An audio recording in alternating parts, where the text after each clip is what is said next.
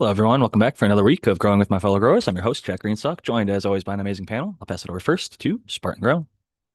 Thank you, Jack. I am Spartan Grown. You can find me on Instagram at Spartan Grown, all one word with no spaces, or you could shoot me an email, spartangrown@gmail.com or russ@gmlarmy.com, and I can help you with your growing and lighting questions. Happy to have you back. And next up, we've got Noah the Grower. How's it going, everybody? I'm Noah V Grow with two E's on Instagram. You can find me there and happy to be here. Happy to have you back. I know that we missed both of you guys last week for our Easter show, but like I said, happy to have you. Brandon Rust showed up and covered my butt. It was almost a Greenstock Talks. It was for the first, I don't know, 10 minutes or so of the show. So hopefully didn't have too many people tune out at that point, but it seems like the numbers were still relatively within our normal ranges. So cheers to everybody who showed up and listened. And looks like we got the first person, Jeff Rowe, 42069, number one crowned commenter from last week's chat is back again with us, as well as Fat Freddy's cat and a whole bunch of other cool people rolling into the chat. I was thinking, because I just watched a YouTube video about uh, something that's been happening not just in cannabis or cooking or other spaces, but kind of as a general trend, I would say from like the 70s and 80s, even probably earlier, like post World War II industrialized America, where a lot of things were designed to be made to last kind of for life, or you could find stuff pretty commonly that was designed to last for life or was easily repairable or maintainable. And in more recent years, a lot of things, because of a lot of different reasons, have gone more towards the expendable nature, maybe lower barrier to entry, but you'll have to buy, instead of buy once, cry once, you'll buy the same KitchenAid mixer, three, four, 10 times in your lifetime versus your grandma or mom or even you might have only just bought one. And in the 70s and 80s, it was just fine. It would last forever. But now they only last for a couple of weeks. So it can be interesting to consider why things have gotten worse and when is it actually worth that whole buy once, cry once. Like we can't necessarily just trust a brand name because, like I mentioned, KitchenAid, that was one that got sold to Whirlpool and then kind of sacrificed quality over time, and it's gotten worse and worse.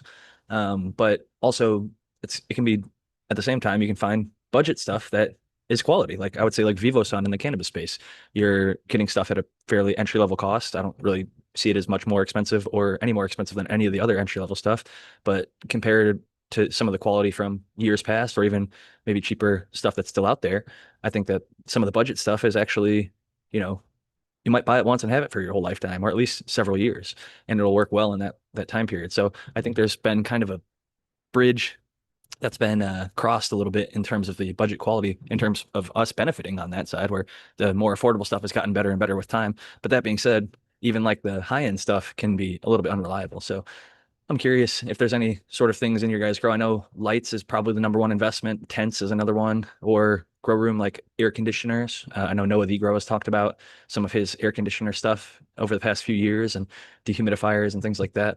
But I'm curious, Spartan, have you noticed any similar trends? I know you worked in before you got into cannabis, you were in like the commercial baking space, and so maybe the KitchenAid reference they were talking about. I think it was Hobart or some Ho something. They owned KitchenAid before it got sold to Whirlpool, and that's when they used to make a bunch of industrial meat slicers and industrial laundry machines and a whole bunch of stuff that was made over designed.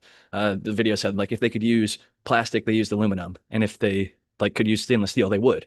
And in the cheaper stuff in modern times, maybe trying to kick back more profits to the shareholders or something like that, they tend to go the opposite direction, where it's like if it can be plastic, let's make it plastic because then it'll wear out and not have to buy another one because the business model of buying one thing and selling it for a whole lifetime to a user is not as profitable. But I'm curious in your cannabis and baking background experience, if you've seen some of those shifts happen and what your general thoughts and comments are on this kind of topic.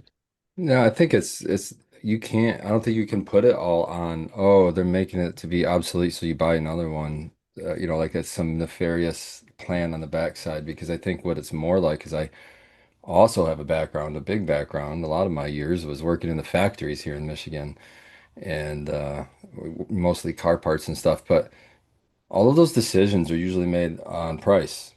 And the price is, if you have, it doesn't matter what the hell it is. If you have X for sale and you have another X for sale and this one's cheaper, the cheaper one's going to be sold more, whether it's quality or not quality.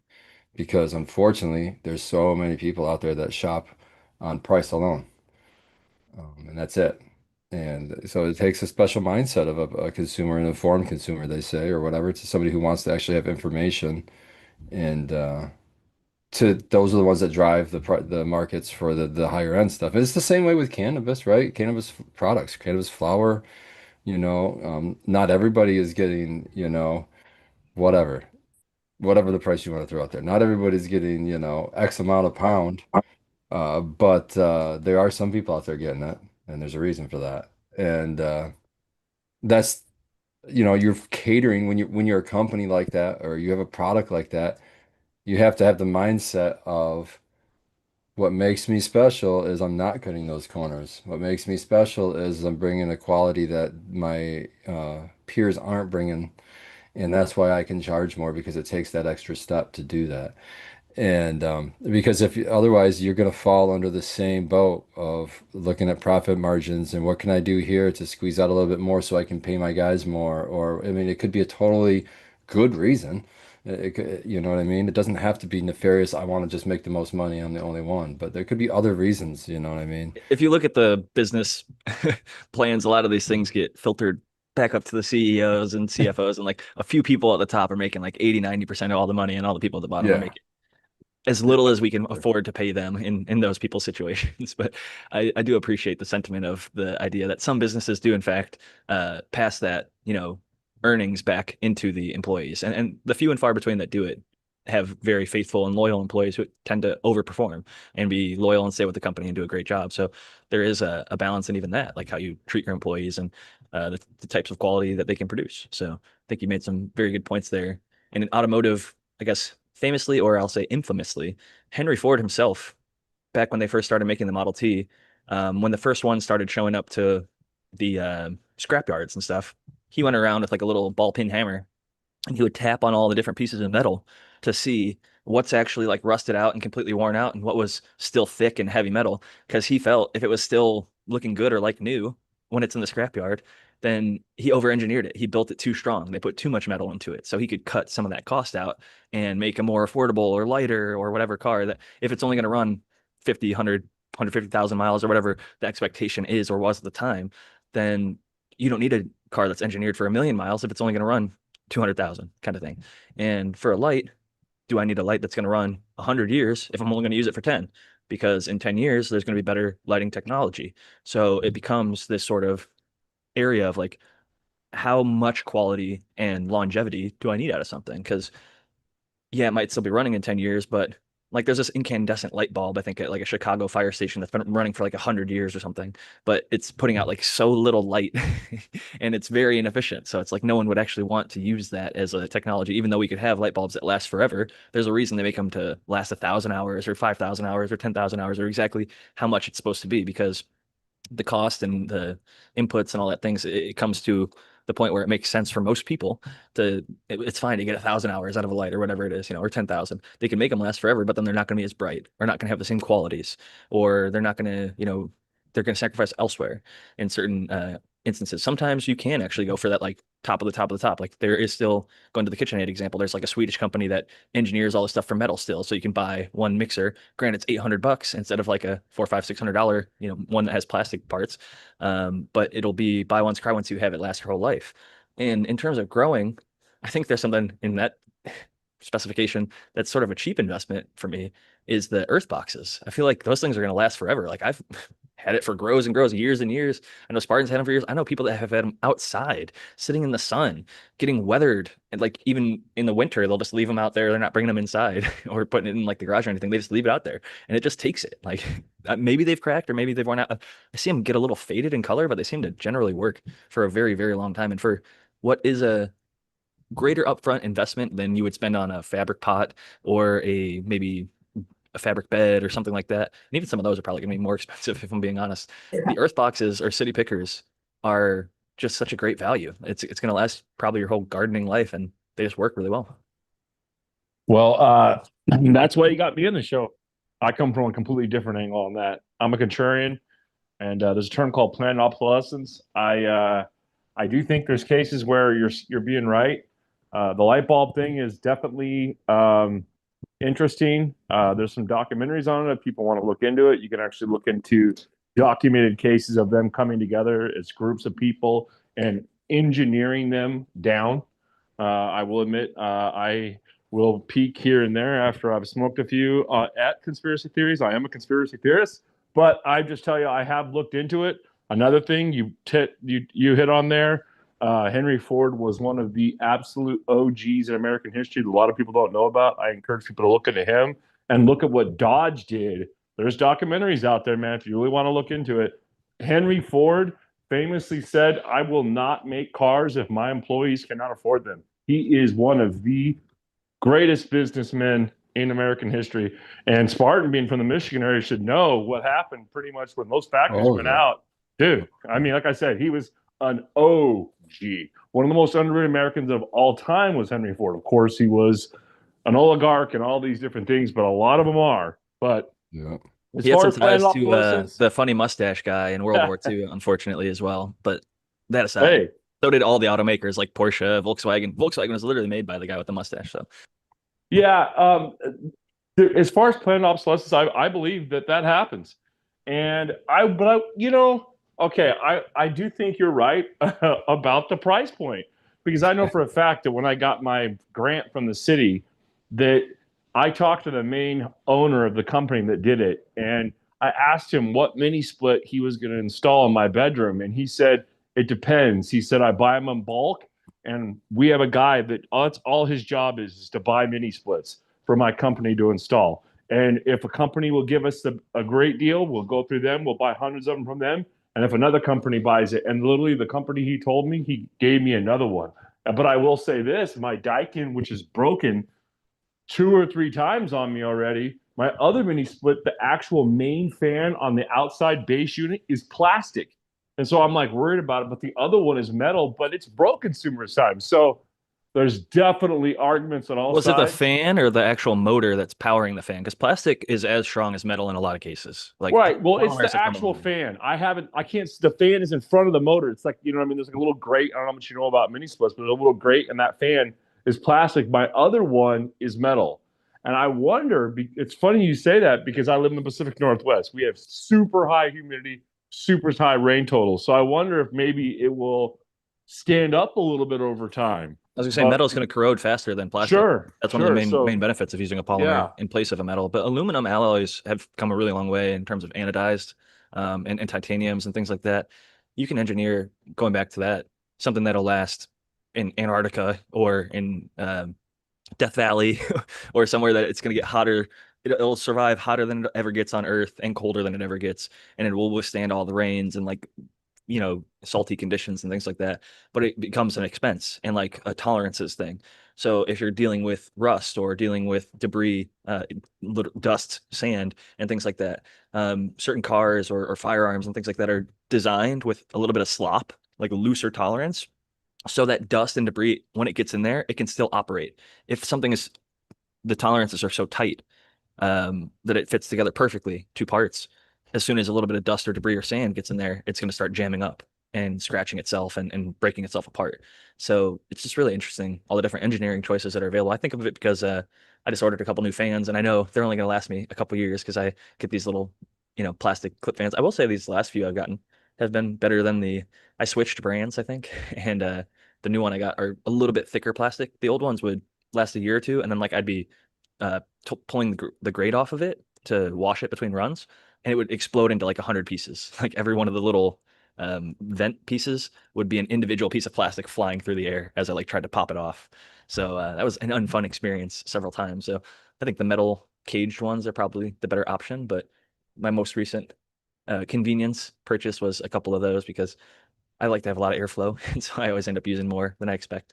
But once you get started, it's like you just need enough, and then as the plants get bigger and bigger, I'm like, oh, I could have a little airflow down here. I could have a little air up here, and so I've been adding those in there. But I know ultimately I should probably invest in one of the better ones. But at the same time, the better ones sometimes have their own points of failure, like the corner fans that do the oscillation. I've seen some of those catch fire, like the earlier models, because they maybe the tent sucked in a little bit and it was getting clipped on like both sides. It would hit that corner and then it would hit the other corner as it would rotate. And that would put enough strain on that little mini motor in there. And then that motor would overheat and then that could catch itself on fire, or it would break and snap and it would try to keep oscillating, and then there'd be open exposed cords in a room where maybe you have a humidifier running or something, it's spraying water onto it. So lots of ways that fires could happen, that to me were more of a risk than were worth the once in a year or two my fan exploding in my hand.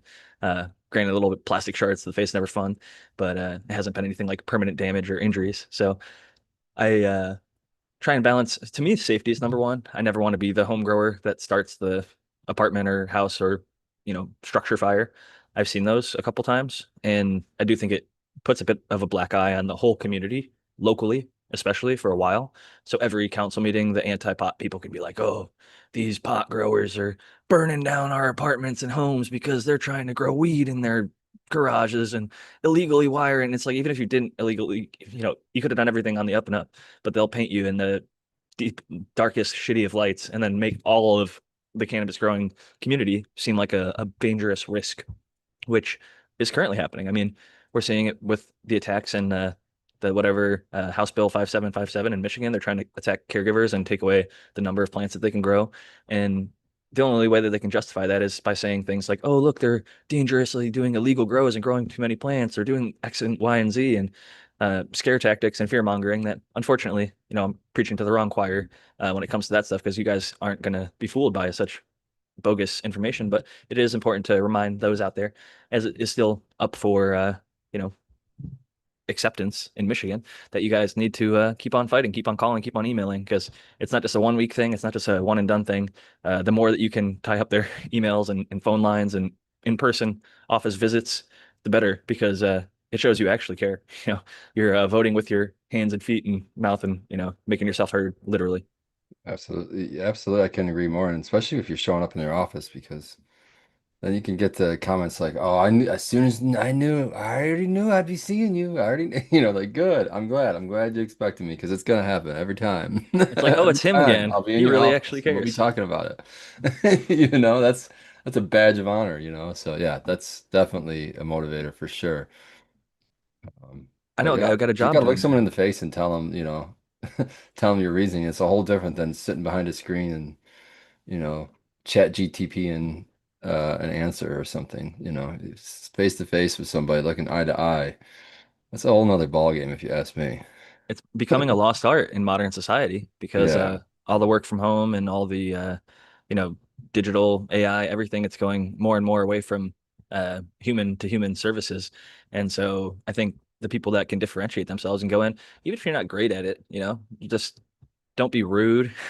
Even if you're awkward or a little shy or a little nervous or whatever, just keep it simple, short. Be like, "Hey, I think this is a bad reason because it's going to negatively impact others like myself and others who are just trying to help friends and family in need." Like my buddy who's got arthritis. I grow plants for not only myself, but for him. I have arthritis. He has arthritis. We both like this variety, and it helps us both sleep and not be in pain. And while I'm not doing that, I'm out there, you know, in my case, working with special needs people. If you're a plumber, if you're an electrician, if you're doing anything in your community, even if you're disabled, if you're at home saying, "I'm at home on disability, but I grow plants to help me and my wife and my, whoever," or even if it's just yourself, it doesn't have to be some big grand social thing. Um, I think being a human being in front of somebody else, as much as they are likely to make back alley deals and have a bill signed because their buddies maybe on their side of the aisle or across the aisle did something that you never heard about in some meeting that you were never privy to.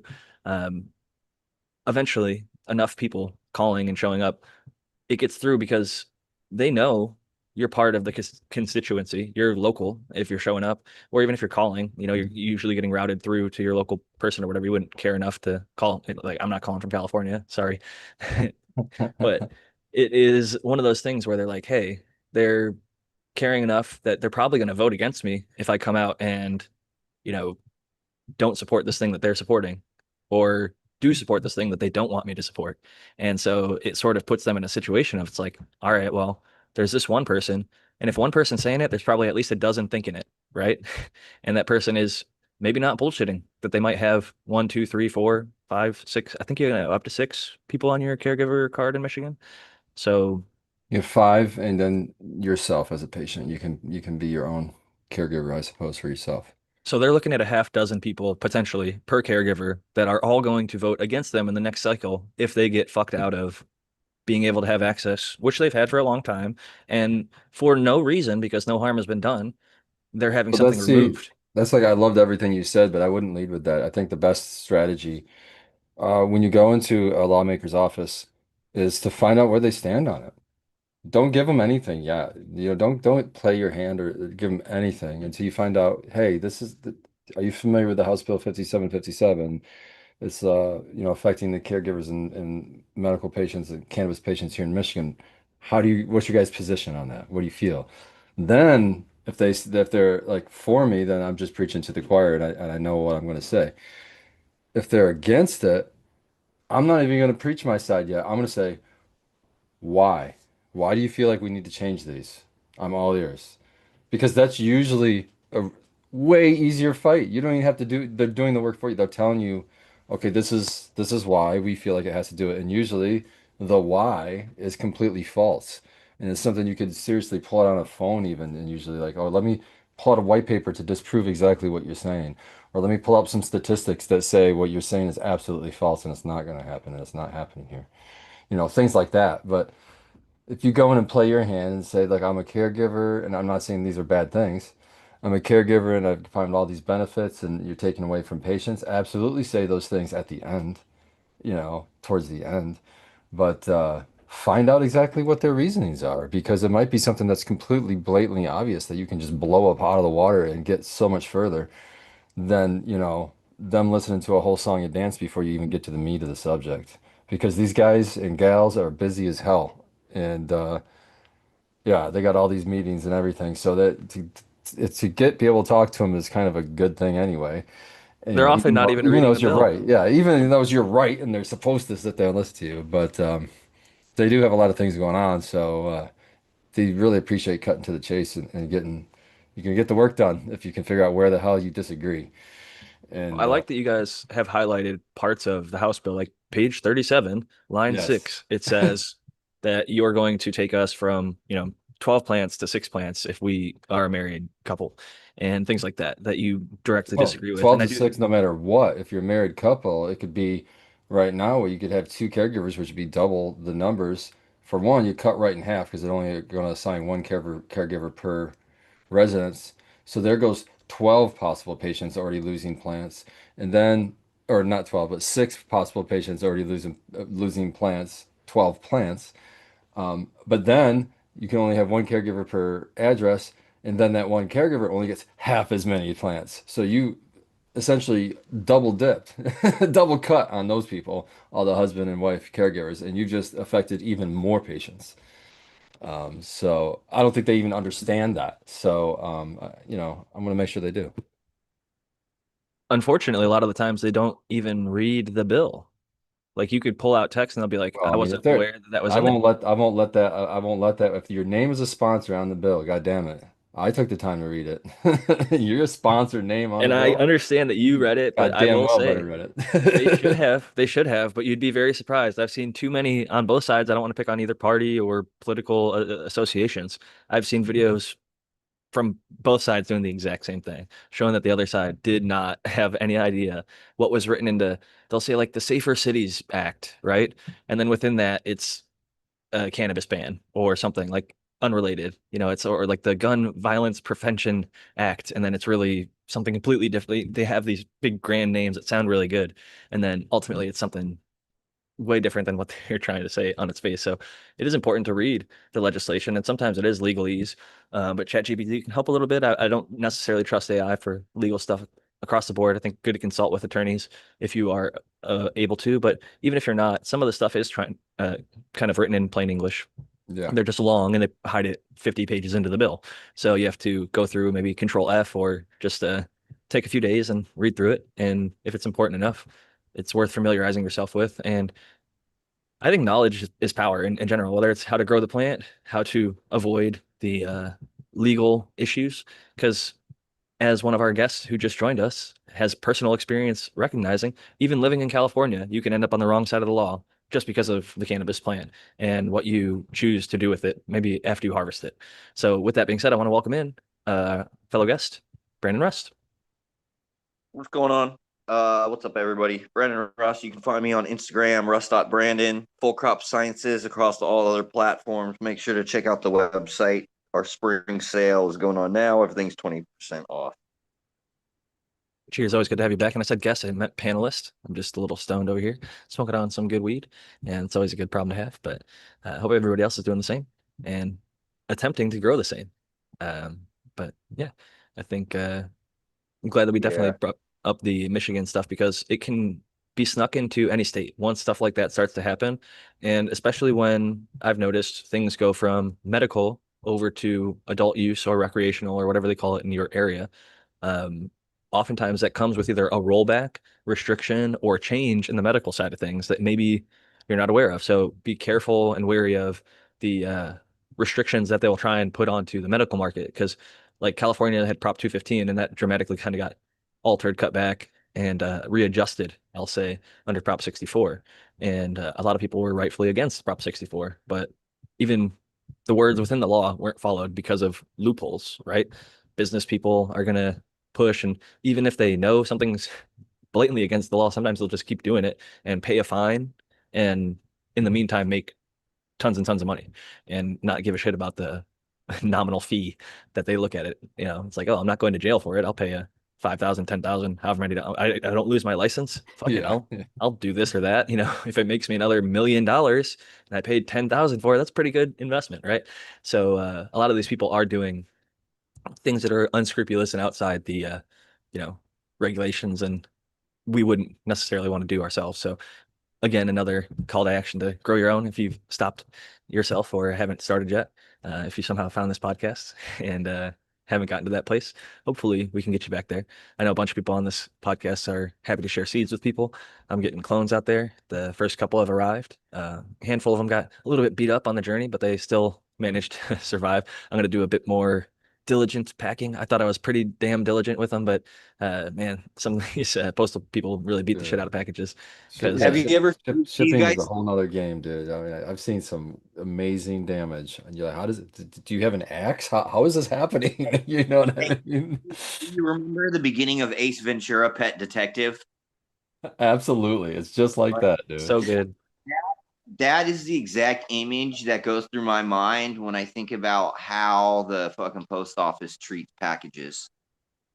Is I that the just scene where his watched that. box Oh gets my like God. caught on like the conveyor belt and it just keeps flipping over and over? Or is it a different scene where they're beating the crap out of it, just throwing it Oh, around? different scene.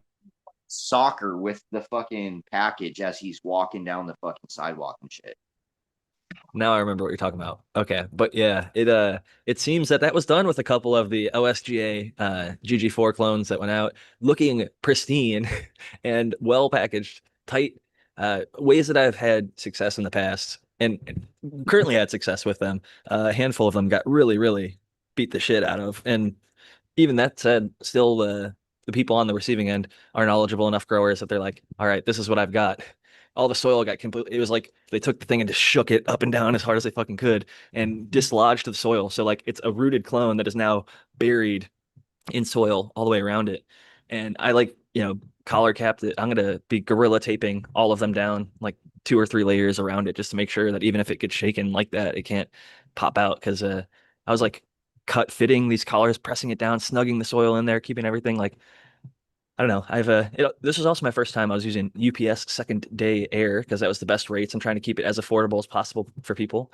And I usually admittedly go with the US Postal Service for these types of things, but I feel like 2 days is better than three in terms of getting a clone there if possible and for the same relative price. And then the 2 days for the USPS is like 4 times more expensive than the 2 day from UPS. So I was just like, well, that doesn't make any sense. So I'm gonna continue hopefully using UPS as long as I can figure out a way to secure that soil in there a Just little bit root more them in some snugly. kind of a plug, root them in something like a plug or a Rockwell, and then just send that with no media at all. That's probably better from a weight and cost perspective anyway. Yeah. The way that I've been doing it, just because I like to account for, I sent allegedly, hypothetically, Eagle Gardens a cut of the J1. I think this was maybe enough years ago that it's past the statute of limitations, but whatever. It got lost and Ace Ventura in the mail. His box came beat, torn, probed, like cut open, like a corner missing. And that was a big enough cutting that I used a milk jug that I cut the bottom off of. And then I placed like a solo cup kind of in there and I padded it around with like cardboard sort of that I combobulated in there and taped to hold it into a place. And then on the top did the same kind of thing, taped down a little collar around it. And I put a little LED light in there with a little press-on battery. And he said he got it like, I think it was like 10, maybe 14 days, like a week or more later. The plant was still alive, still in veg, and he got it, grew it, and was able to flower it out and stuff. So I figure accounting for some of the fuckery that happens with the postal stuff, I'll have less potential.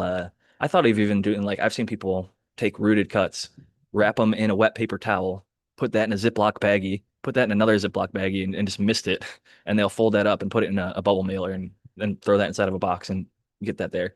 But it all just really depends. There's so many different avenues. I've seen people send slips, unrooted cuttings, which I'm also even potentially considering something like that with the whole, baggy method to keep things lighter. Then, it's interesting because I like having a plant that I've taken from my cloner because I'm using an oxy cloner currently. I'm going to try the Johnny Caniseed Sand Tech because I got the Quick Crete play sand for another thing that now I'm able to use it in the garden. But using the oxy cloner, I've got roots. Sometimes they're even so long that I'll even have to like snip a little bit to make it fit into the solo cup without being like completely, octopusing around and root bound from the get-go. But once I take that, I'll plant it into the media and then I'll let it live in my veg area for a day or two to make sure that it's established. It's a live plant. It's not a, you know, maybe not. Like it is a living thing. It's growing. It's healthy. It smells good. It looks good. And I actually just took one out of like the however many I took. um, was like pretty yellow. And so I was just like, you know what? Fuck this. I wouldn't want this. I don't want to give this to somebody. Even though it had roots, it's just not in the condition that I feel is worth somebody even justifying paying for my little bit of time, the materials, and the shipping costs. So I'm like, I'm just gonna toss it. Fuck it. I have another, 8 or 10, however many in the cloner. I'll have more rooted in the next couple of days. I'll plant more up and contact the next couple of people on the list and keep going. And if anybody needs replacements, then I'll take care of them and keep it moving. But so far, the GG4 is the only one that I've got going out. I still haven't had any of the Death Star root yet. I've got a really nice, healthy Death Star mom, so it's only a matter of time before I get some cuttings. I think it was a position of the cloner, and I also might have taken them when it wasn't quite at its happiest. So I think sometimes when you take cuts off of a plant when it's not in the happiest moment, maybe it was like a little dry or whatever.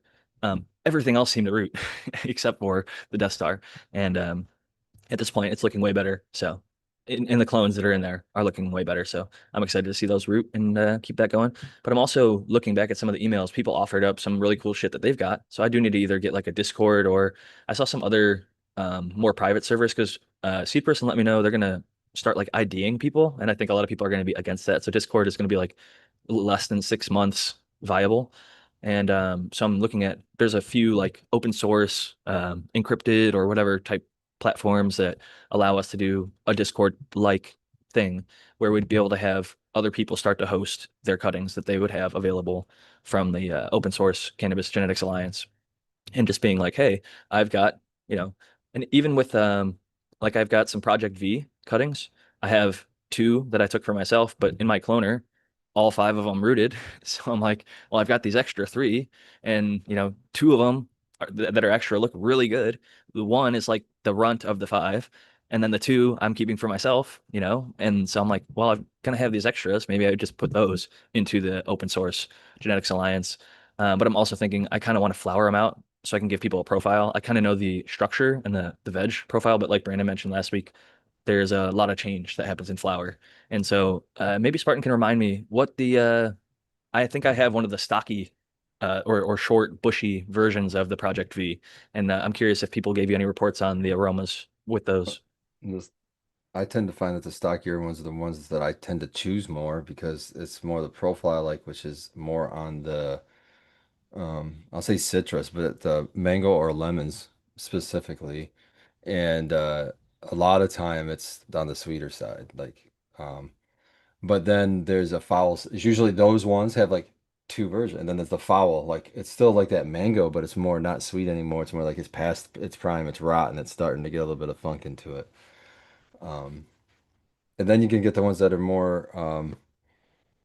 I mean, I guess you'd say the opposite of that, less squat. But I mean, they're both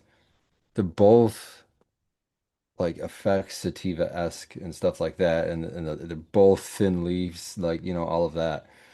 But one does tend to like I find out more is like when I top it. The short squatter one I top maybe once, and it's just fine. It kind of just spreads out. But the other one is the one that I'm having to chase, otherwise it's going to get tall. So I might have to top it two, three times.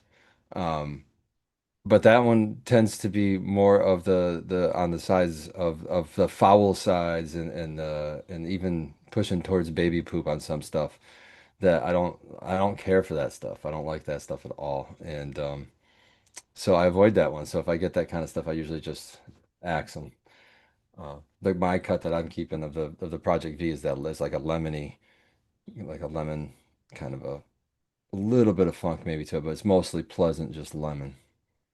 I'm a fan of that. I'm happy to hear. I also, similarly to you, I've topped it one time and it's spread out plenty. It's going to cover its entire Yeah. area. I'm just at this point taking cuts off of all the other plants to get them down to the height of the Project V because it's the shortest plant in the room. It has Oh, thin leaves, but its structure, it just is like going really wide.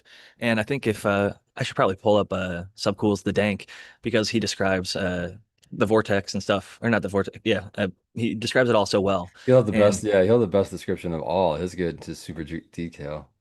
so I even loved like some of the stuff it would say like this is like a good single topped, it grows spear type colas or whatever. And Give you so a many lot of the times, grams per area.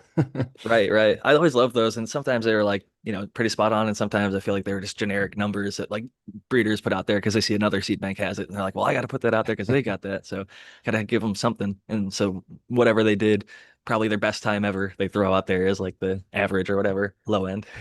But yeah, I'm excited about that one. Excited about the Moonfog, GG4, Death Star, all um, really stoked for them. I just gotta cut them back a little bit more. I've finally just filling up the cloner over and over, and that's why I'm moving to the Sandtech because it's like I realized doubling up or tripling up, the success rate was lower. And they were just a little less happy. So I feel like at this point, I'm just going to single up and I don't have to take more of the Moonfog and I don't have to take more of the Project V. So it opens up two full rows for extra GG4 and extra Death Star.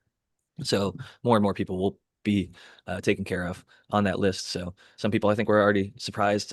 Maybe they were so early on the contact end that they didn't expect to be one of the first handfuls of people that got them. But I'm still dialing it in, taking feedback from the people and seeing how things went for them to try and make it as best possible moving forward. So it's been a fun mission and hope to keep it going. But like I said, I'm gonna move into kind of like our own version of a Discord for that for myself and others to host what cuttings they have available and when. And in my case, I've got a little email list going for my wait list, but other people can handle it as they see fit, whatever works for them. Maybe, first come, first served, or whoever reaches out whenever they've got them available.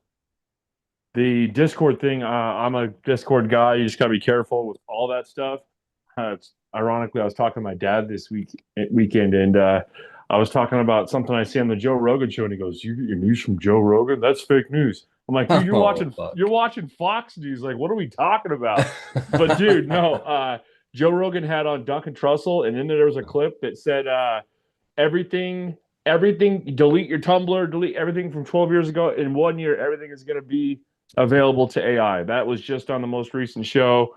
And I've long thought that. So just be careful if you put something on there, just understand that there is no true online anonymity, in my opinion. They were talking about Anthropic's Absolutely. AI. Oh, yeah. AI program. Mm-hmm. Um, we have a Discord, but we're actually building a private like it looks just like Discord and everything. It functions the same way, but it's on a private server, so we don't have to actually use Discord. So as soon as that's built, we're gonna migrate our community over there.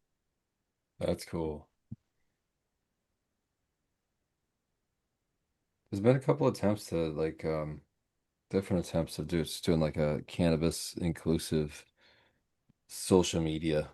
and or a way to meet at least, and it's always seems to just kind of fizzle out. So it'd be nice to. Discord has been pretty nice, but yeah, we'll see what happens with this. When I heard about it, I thought, who's making this business decision, because it seems like you would have to know that it's going to destroy your platform. So I'm still waiting and seeing if it actually happens, but Ironically, that's one of the funnier things about Bitcoin is that it's a cryptocurrency. But if you look into Bitcoin a little bit, you understand that it's absolutely one of the most unprivate things there is. So it's just you have to be very careful with way things are worded.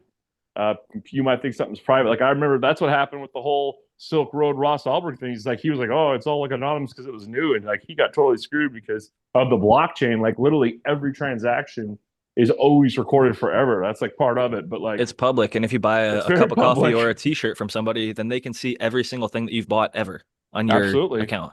Once they So identify that wallet. So I'm just saying be careful. Like, hey man, I'm into all that stuff myself personally, but just you gotta be careful because stuff will be deceiving and you're like, oh, this is anonymous, and it definitely is not anonymous. Like anything online you have to always assume is like public pretty much and can be.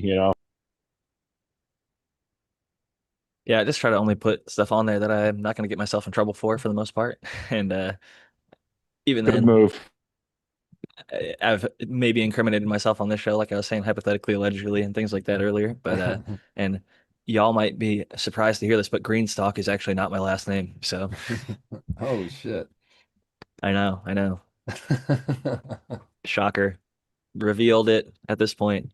But anonymity and stuff like that, I think will ultimately be a For the concept that's foreign to a lot of younger generations because Yeah. so much is being recorded publicly, like outside the second you step out your door, pretty much everywhere you're going. A lot of places has cameras in the modern societies and bigger cities and even suburbs.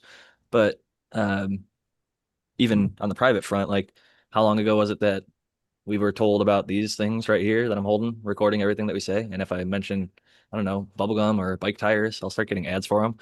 And you guys might start to now because your phone might have heard me saying that. And so, yeah, it's one of those weird things where we might have this illusion of privacy. We're behind closed doors, and but a lot of these people that are doing a lot of sketchy things end up getting busted. And I actually don't mind to see them get busted. A lot of times they're not covering their trails or whatever, but uh, yeah, I think if I they think you're probably right, but I will say that some of these younger people, like my oldest son is going to be 28 this year. Some of these people that grew up on the internet, grew up right before it at the same time, they understand a little bit like us. I think some of us are just a little bit more passive, just like you said, just kind of accept it. I think some of these younger generations are going to come up with stuff for privacy, and I sure hope so. But you're probably right. and there is with like, encryptions and what's the other one? VPNs where you I can heard like the VPNs are actually a backdoor for the government to like check on people easier Definitely. than that. So yeah, be careful with what you think is safety too.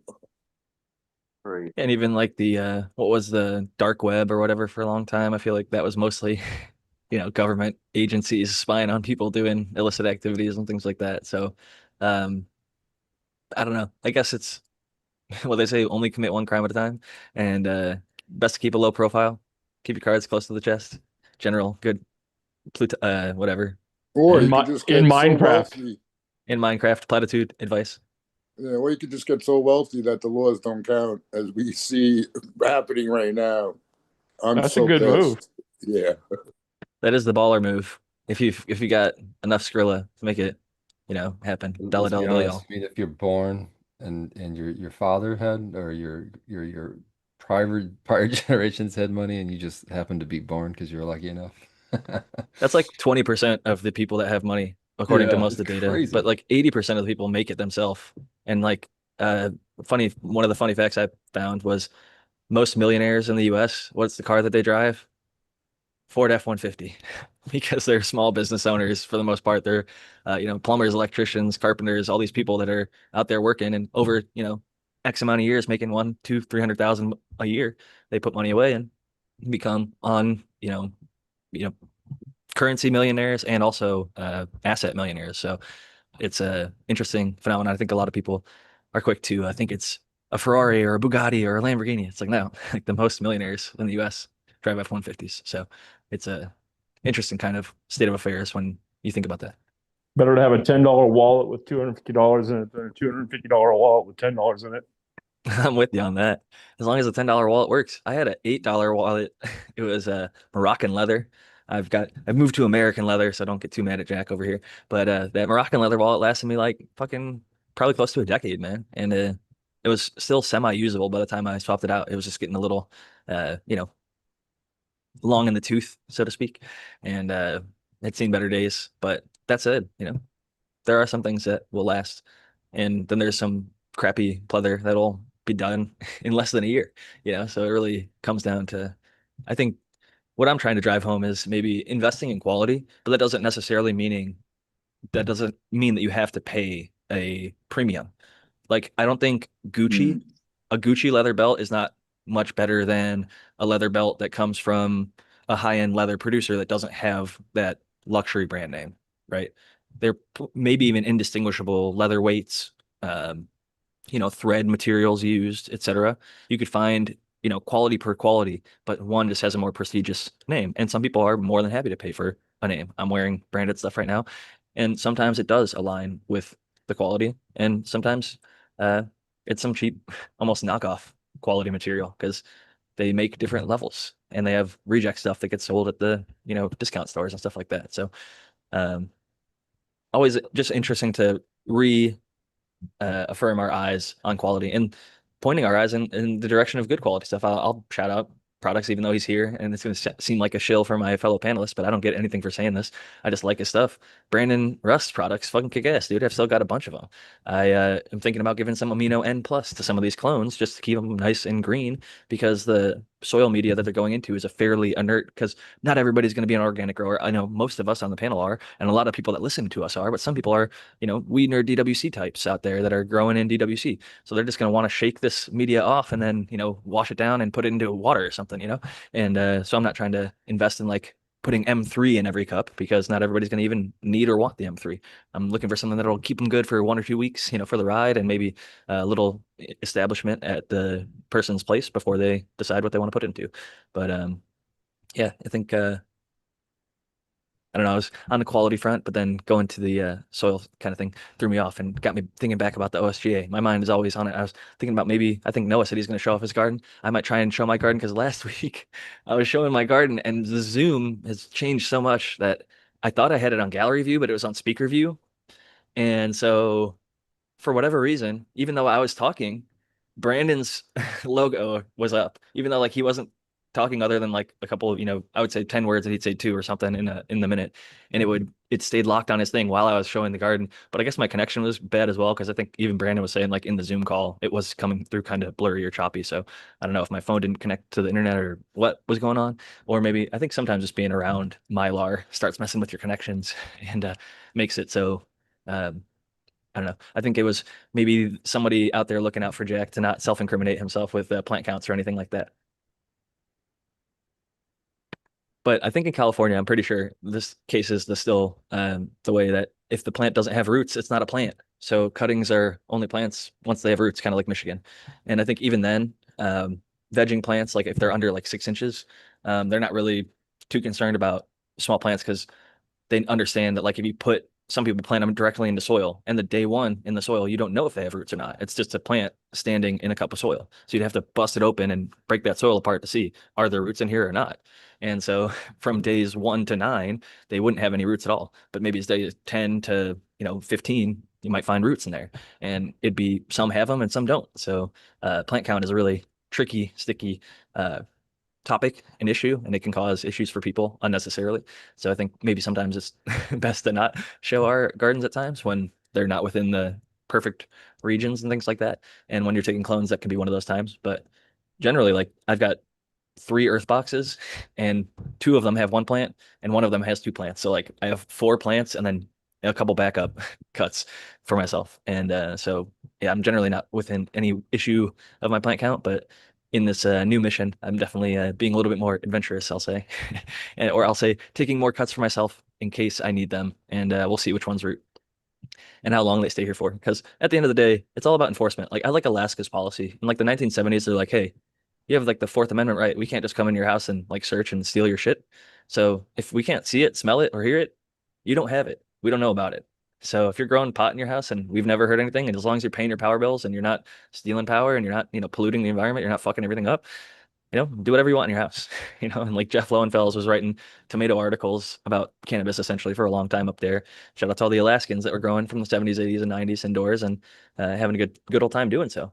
And pioneering in a way. I mean, there's still a couple major strains, the MTF and a few others that come from up there. And I think AK Bean Brains is an Alaskan, right? Hence the AK. I'm pretty sure he's an Alaska guy. So maybe Tao can confirm for me because I know you grow some of his stuff. Is AK Bean Brains Yep, actually in Alaska? 100% from Alaska. Yep. All right. And if you So check out his Instagram, he's like the moose, the fishing. Yeah, he's really 100% Alaskan, no doubt. it's one of the like last true wild states. Like there is so much undeveloped. There's a lot of it in like Montana and stuff like that too. But you get up into Alaska, there's some real wild lands, and all of the U.S. states have. I mean, from the Grand Canyon to I don't know, sea to shining sea, as they say. Uh, America the Beautiful. Not to hype America too much, even though like 70 or 80% of us are from here. I know not all of us are hype on it all the time. I'm not talking about the politics stuff. I just think like the actual land mass uh, is amazing. And we're very fortunate to live on and around if you're in this area. So I'll leave it at that. But yeah, My whole family's from Alaska. I can tell you a lot of crazy stories. I'll just say something real quick. My cousin is got his pilot's license, and he has a little airplane, and he'll go places that you could only get to by airplane. And there's some truly beautiful places in Alaska, that is for sure. my mom is afraid to fly to this day because my grandpa took her to Alaska and they were on one of those little planes. And my grandpa was a photographer. And so he told the little private pilot or whatever on the tiny little, like 3 or 4 person craft. Hey, I want to take some photos. So can you turn off the engine and like cruise so the vibration doesn't like mess with the photography? This is back in the day. And so the guy did so, and they like dropped like 1 or 200 feet out of the air. And my mom was just in the back seat like screaming because she wasn't told what was going on. So she thought they were falling to their death. And to this day, she's like really paranoid about flying. So I tease her a bit about it because she's more likely to get in a car accident on the way to the airport, both statistically and her own personal driving abilities, than she is to get into any issue in a plane. Although this year has made me question that a little bit with a lot of the unfortunate. I don't mean to laugh. It's just tragic, man. Some of the shit that's been happening in the air. We had years where there's nothing, no issues, and then not getting into politics, but fuck it, yeah. It's sad to see anybody die tragically in a aerial collision or a car accident, I think. Um, yeah, sad stuff. But not so sad stuff is what's popping off in Noah the Grower's garden. What are we gonna see here? I think you said you were gonna give us a little update before we started the show, or maybe we'll check into the garden. Or Yeah, lights go on in about a half hour. I did mention on the show last one was on that the local seed and clone place had a strain called Trapule. And I went and got that. So I got that's a new one I got. I got a few Do-si-do crosses and my Sunset Sherbet cross, and of course my duct tape. But yeah, I'll go out there. It's popping off. always exciting to hear when you get a new clone in the rotation because I know your duct tape has been there for a long time and it's been a fan favorite as well as a personal favorite for you. So I'm curious to see if anything will stand up to that or maybe even surpass it because the occasional time you take something in, that's the whole reason we do it, I guess, is you take in a bunch of new stuff, hoping eventually to find something that's as good or better than what you're currently rocking. And occasionally that mission is a success. Maybe not better, maybe newer, like different. Like I've got GG4 and Death Star in my stable, but then I pop the Project V and then I find something Mango. Mango is representing a whole new range of things that's not in the Death Star or the, GG4. So there's potentials out there that can just kind of stroke a new itch or give you a new flavor in the palate. And a lot of the time, I think that comes with a slightly different slash unique high. Not that the high is entirely tied to the flavor. It's a lot of the cannabinoids and other things in there, but yeah, the terpenes can have a large impact on how we're feeling. So I think hopefully you're going to be in that kind of lemon mango range on my Project V, but time will tell. Quick question: if you could get one of these 4 clones on at a 420 exclusive drop, which one would you get? Cairo Wolf Cold Snap Cross Zuakwe from Y East Farms, I-95 Triangle Kush times Lemon OG times Star Dog 2 Top Dog Seeds, Skittles times, oh no, I don't even want that one. That's got Moonbow in it. I'm totally out. Secret Lemon times Tallyman Commonwealth Seed Company, Banana Kush times Bubblegum, Straw Anna DNA Genetics and Crockett Farm, or Wedding Pie Wedding Cake times Greg Pie Carnarvon. I like the wedding pie in that at the end, and I also That's what like I'm leaning towards. the second one that you said. I said the second one. That's the one I said. Fuck wedding cake. I hate that strain, but that's just my own. That's my own personal opinion. A lot of people like it. I like So grape pie more than the wedding I-95. cake. I-95. The Yeah. I-95 cross with like the lemon stuff, that sounded like a good one. All right. I'll do it. They're probably going to be like 50, $60, but I think a clone I-95 is is fire. The I-95 is fire. I've had that. really, what about growing it? I haven't grown the I-95. Mm. Yeah, I don't know, but I have smoked it's a it. chem derivative, so it might be a little finicky, but at the same time, it's more modern. It's got crosses into itself and things of that nature. So, plus the other stuff that you talked about is a little more modern as well. I wouldn't expect it to be a problem, especially your garden's pretty darn dialed in and not much seems to have issues. But at the same time, you're also really keen and looking at plans for issues when you bring new stuff in, especially. So if you start to see nanners, you can either just pull it or uh, try and pluck them or do whatever. I think you tend to just take the axe to it, right? Oh yeah, no, I don't do anything with nanners. I've gotten rid of a lot of really killer stuff. One that they had just briefly that I grew before that I didn't take was White Tahoe cookies, and it's a pretty good plant. It just and the bud is definitely really I good. love that shit, dude. It's pretty good, but it does throw nanners. So It's definitely Herm. I mean, yep, it's coming but from cookies and OG. Like you're looking at the Hermy factory right there, but it's fire. yeah, it is good. It's kind of a lower yielder too. Also OG and cookie like in that respect. OGs I think can be decent to good. Cookies tend to be decent to bad in the yield department. So when you mix those two together, sometimes I've seen buds that have OG node spacing and cookie bud structure. Have you guys seen that shit where they got the big ass node spacings and then you got those tiny ass little golf That's ball, terrible. Oh you shit, that's know? the worst. You just described White Tahoe cookies. Yeah, so that's exactly what happens. It can be dense and that makes up for it a little bit of the time, but usually not enough to consider it worth running consistently if you're looking to get anything other than like if that's the particular flavor that you love. Like the White Tahoe cookie is the one for you. I'd say it's like a 8, 9, maybe 9.5 out of 10 if it's grown really, really well. But it's not like my grail, holy grail. Like I think regular OG or form cut cookies or chems and things like that. And obviously, I'm throwing out some really killer shit, but like I was talking about earlier, you want to compare it to killer shit if you're gonna try and bring it into the garden next to killer shit. And it sounds like your duct tape is already there, and you've got other Love stuff it. in the past that you can look back at and like, oh man, I used to have some even more killer shit that I'm not gonna keep this around if it's not even close to what I've grown in the past or what I've got now. I'm curious what Tao's got going right now. I know your garden has been going. It's been looking good.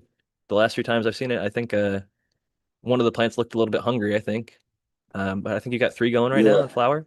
I had three. That one that didn't look good, it took a turn for the worst, and it's not around anymore. Did she have nanners? Did No, she she send you a just he? nope. She just stopped growing. Yeah, pretty much. I, I I'm pretty sure it's because I let her dry out once too much, and I don't know if I killed all the root hairs or I don't know exactly, but she didn't make it back. She really did not like that dry back. It was too much. Sometimes early on in flower, if it's in the stretch or even like, a little bit after, which it sounds like yours was, because I remember yours was like slightly post stretch and starting to bud up. One hard drought stress is sometimes enough to hurt him enough to not make him want to perform real well moving forward. So it is something I caution people to wait until later, week 7, 8, right before harvest, but in the I'd say weeks 2 to 5, maybe 6, it can be extremely detrimental, if not, you know, killing of the plant. It sounds like you just maybe mercy killed it because it wasn't doing maybe as well as the other ones. Yeah, it wasn't dead, but it wasn't growing right. Yeah, I just figured, Yeah. and the other two pretty much taking up the space almost. Overwhelm it.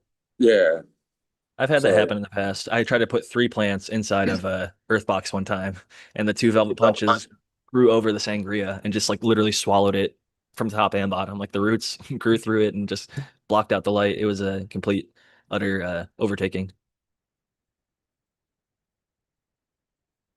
I know Brandon Rust always has a whole bunch going on in the garden. Brandon, how are things going on your end? It sounded like when we were talking earlier, maybe you're on your phone right now. Maybe are you mobile? Are you traveling? Are you at your home spot?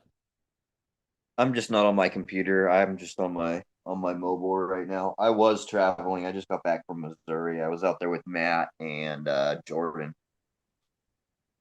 Nice. Matt Gates. Yeah, Matt Gates and Jordan Rivers. Okay, like the grow Okay. Growcast, yes. Yeah. I went out there for like a little community event or whatever. Good dudes for sure. Yeah, my garden has some pretty awesome stuff in it. Currently I'm doing a run back on a couple of the selections of the Gay Laser and Blueberry Starliner. I also, in that same bed, I have the mom of the Blueberry Starliner, which is the Trainwreck Blueberry MK Ultra.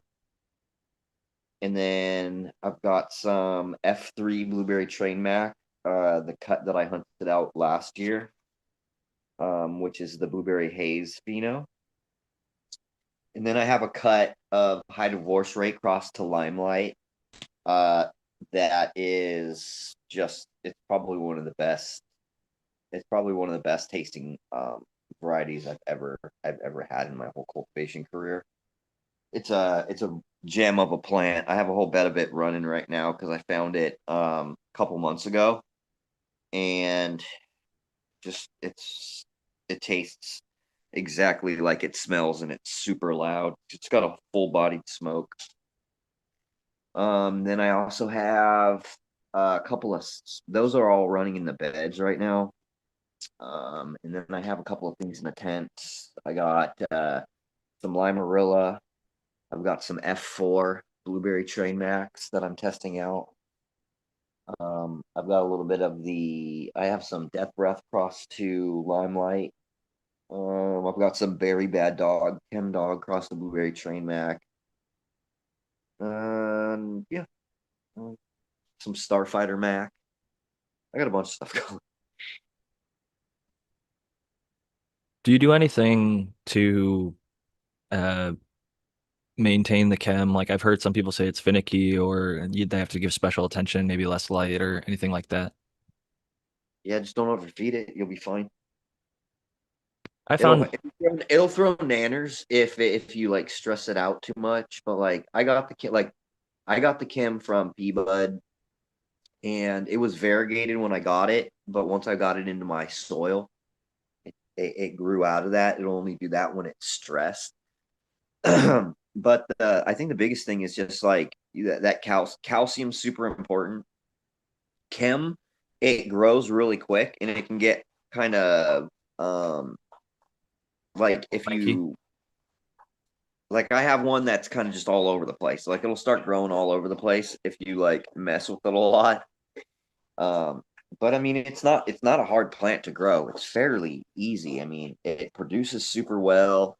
It's overall a really great plant. It's just a little bit sensitive to And you have the overgrowth. Chem D, right? Yeah, I have. He's sending me the Chem 91 as well because I haven't grown that. But She's known to be a little more finicky. The 4 is like the best commercial producer. The D is known to have the best terp profile. the A D lot of people say. grows down, dude. It fucking hits good Yeah, weight. yeah. The 4 Like does too, though. The 4 is from just what I've seen in a couple different gardens. It, but that said, neither of them are bad. I think the 91 is definitely known for being the worst of the yielders between those three. And I'm not familiar with the cis other than what Josie did with it in the our GG4. fucking awesome. Sour Dub's better than all of those, in my opinion. RIP to Bog, dude. That's another great Bog seeds. He made some killer shit from Lifesavers to Sour Dub, Sour Bubble. A lot of really cool shit. Um, some of But his yeah, work I think is still alive, and some other people's like Adam Dunn does some work with his stuff I think, and I think AKB Brains works with some of Bog's work maybe. yeah. So I got a bunch of stuff in the garden. Um, I'm really excited about the that number 7 high divorce rate limelight. It's like trop lime. It's like that tropical that you get from like the super boof or the like trop cherries, but it's sour lime. I you know it's just one of those really unique things. I've been doing this a really long time, and I'm not like trying to hype it up. It's legitimately, well, I'm not even giving it out to anybody. I'm like, nope, this ain't going out. It's that good. It's one of those things where it's like when somebody asks me what I'm smoking, like this is what I smoke right here. The head Like this is, stash. but nobody else gets it. You can't have it. Like I'm not giving it out. Dude, it's fucking wicked. It tastes so fucking good. Like it's fucking awesome plant. I'm I super have a stoked. feeling that's how I'm going to be with my Project V, my Vortex F2, because from what Spartan is describing, I haven't had a profile like that in a little while, and everything else I'm kind of going into is more on the opposite end of effects and flavors. So it'll be interesting to have that as a nice little more morning and afternoon time reference point, and also just a personal head stash. I love headier stuff and maybe more what some would call sativas or sativa hybrids and things of that nature that don't take over 9 weeks. I think Subcool did a good job of breeding kind of haze effects into stuff that finishes in like a true 9, maybe 10 if you want to take it a little bit longer. But I find a lot of his stuff is great at 9, 9 to 10 range. But yeah, we'll end up seeing how it does because everybody's garden's a little bit different. I'm not sure if Spartan has any other people growing Project V in San Diego, coastal, I but don't know, man. I don't know. I don't know exactly like where everybody's at. I've had people from all over give me a wide range too, kind of some of the. Actually, somebody was in chat earlier, and I forgot to copy their name down, but they said that their version of the Project V that they've got kept is like a tropical rum, is what they keep thinking it smells like, which I thought that was an interesting one. I haven't heard that one before. But there's always that common denominator of tropical, and it's usually if it's on the pleasant side of things, it's usually always either mango or lemons. But yeah, it's interesting to hear the outliers. And then the puke stuff with the Donny burger mixed into it. The puke is got some really. What I find interesting is most of the stuff that I've searched through, and I've searched through quite a few of them as far as this part and puke goes, is I'm happy, pretty happy with the structure, and but there's like outliers. There's like in the room at the Trichome Forge when we had, you know, where we had 20 plants, I think, in there. And no, more than that, 20 plants per table and 2 tables, so 40 plants. We had 40 plants in there, and it's like out of the 40 plants, there was two. There was two that I would have picked out of just looking at them without smelling or anything like that, that you could just see instantly, like structure, trichome production, all these things. And that really kind of opened my mind to like, yeah, man, when you pop one pack of seeds, you might miss those two, or you might pop three of them, and the one of those two is still in there. You know what I mean?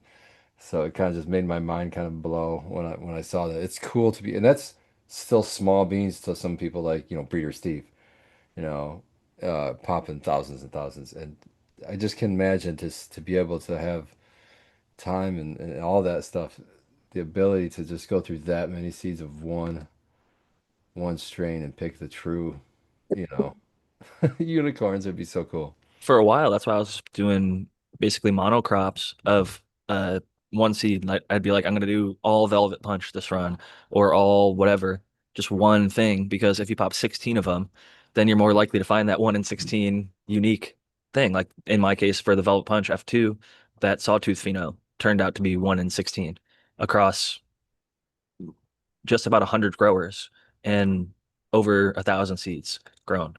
And so extremely like right on the money with what the Punnett squares would tell you it's going to pop up. And then within that, that 1 in 16, all of them were dark, dark purple. Like if they got the sawtooth, they would turn like actually like velvet purple and just were purple all the way through the leaves and through the buds. And the buds were like hydro dense, even in organic. People were having buds that almost looked like PGR. Like my one guy sent me a thing and he dropped it on his wood table and it sounded like he dropped a marble. It just like literally made like a knock, like just a hard like kind of sound. I was like, whoa, that's a bud. Like, but yeah, the I saw at least, I don't know, 10 or 15 people that had that phenotype, and all of them, same bud structure, same color, similar terp profile. And it's just really cool to see genetics expressed that way. And if you can run a whole entire pack, even a 10 pack of Fems, especially, you're going to find one that's way better than the rest of them. They might all be pretty similar, but one is just going to be the golden goose. And that might be like Spartan said, the one that's sitting in your pack still, if you popped 5 out of 10 or like kept two back or whatever. And like sometimes it's like, oh man, well, I want to keep some just in case, but it's like you can clone it just in case, you know? It's nice to have seeds for preservation purposes, so I also encourage that. But at the same time, man, sometimes it just feels good to rip a whole pack, germinate all of them, and just be like, oh, fuck it, I'm doing all five, all 10, whatever it is. Go for it, you know? Maybe do 2 sets of 5 if you can do 10. And then they end up being like, half and half, male, female, roughly. So you might be down to your like rough plant count or whatever it is. Or just do as many as you possibly can fit in your space. Go rogue, overgrow, do your thing. Because I think there's something important about that. That's part of the reason I wanted to do the OSGA is the whole hemp announcement when they opened up the government and they're like, oh, we're going to ban hemp and close all these loopholes. I'm like, fuck that shit. I'm sending everybody a couple of my favorite clones and I'm going to make the thing say, when you get it, the only thing I ask of you is if anybody asks you for it, give it to them. Pass it out, share it just like I did you. Whatever I made you reimburse me, you can take that amount, but maybe no more. Like try and keep it as low cost as possible. Reimburse yourself a little for the time and the materials, but don't go charging people $150 or $100. It's like under 50, you can get it to somebody with a little bit of ingenuity very easily. So I'm doing it for less than that, and I know people out there will be able to figure out ways to get around that. And best for you, give it out to your local community. The one guy the as fate may have it, I did not bias this. The first person on the list that I contacted got back to me with the info, paid for the reimbursement or whatever, was somebody from Ohio. And they're like, I'm gonna give it out. I've got homies that are looking like they actually wanted two. And I was like, there's so many people waiting. I can't give anybody two until everybody gets at least one. So I just got them the one. Theirs was one that actually got beat the shit out of, but they got it perked back up. And they're like, man, even though it was beat up and buried in the soil, like the plant itself smells good. And they're gonna keep me posted. So I'm excited to see how that one ends up. It looks like it's going to bounce back just fine. So the plants are actually very resilient, despite sometimes getting a little roughed up. They can bounce back and do really well. And what matters most is the genetics and getting that GG4 out there is especially because he came on this show and like we interviewed him and that's the only time he ever did a public interview that I can find anywhere. And I'm like, man, this thing just needs to keep living on. Like ChemDog is still here with us. Shout out to ChemDog Glass. Love him. P-Bud and other people in that crew are manning the chem front.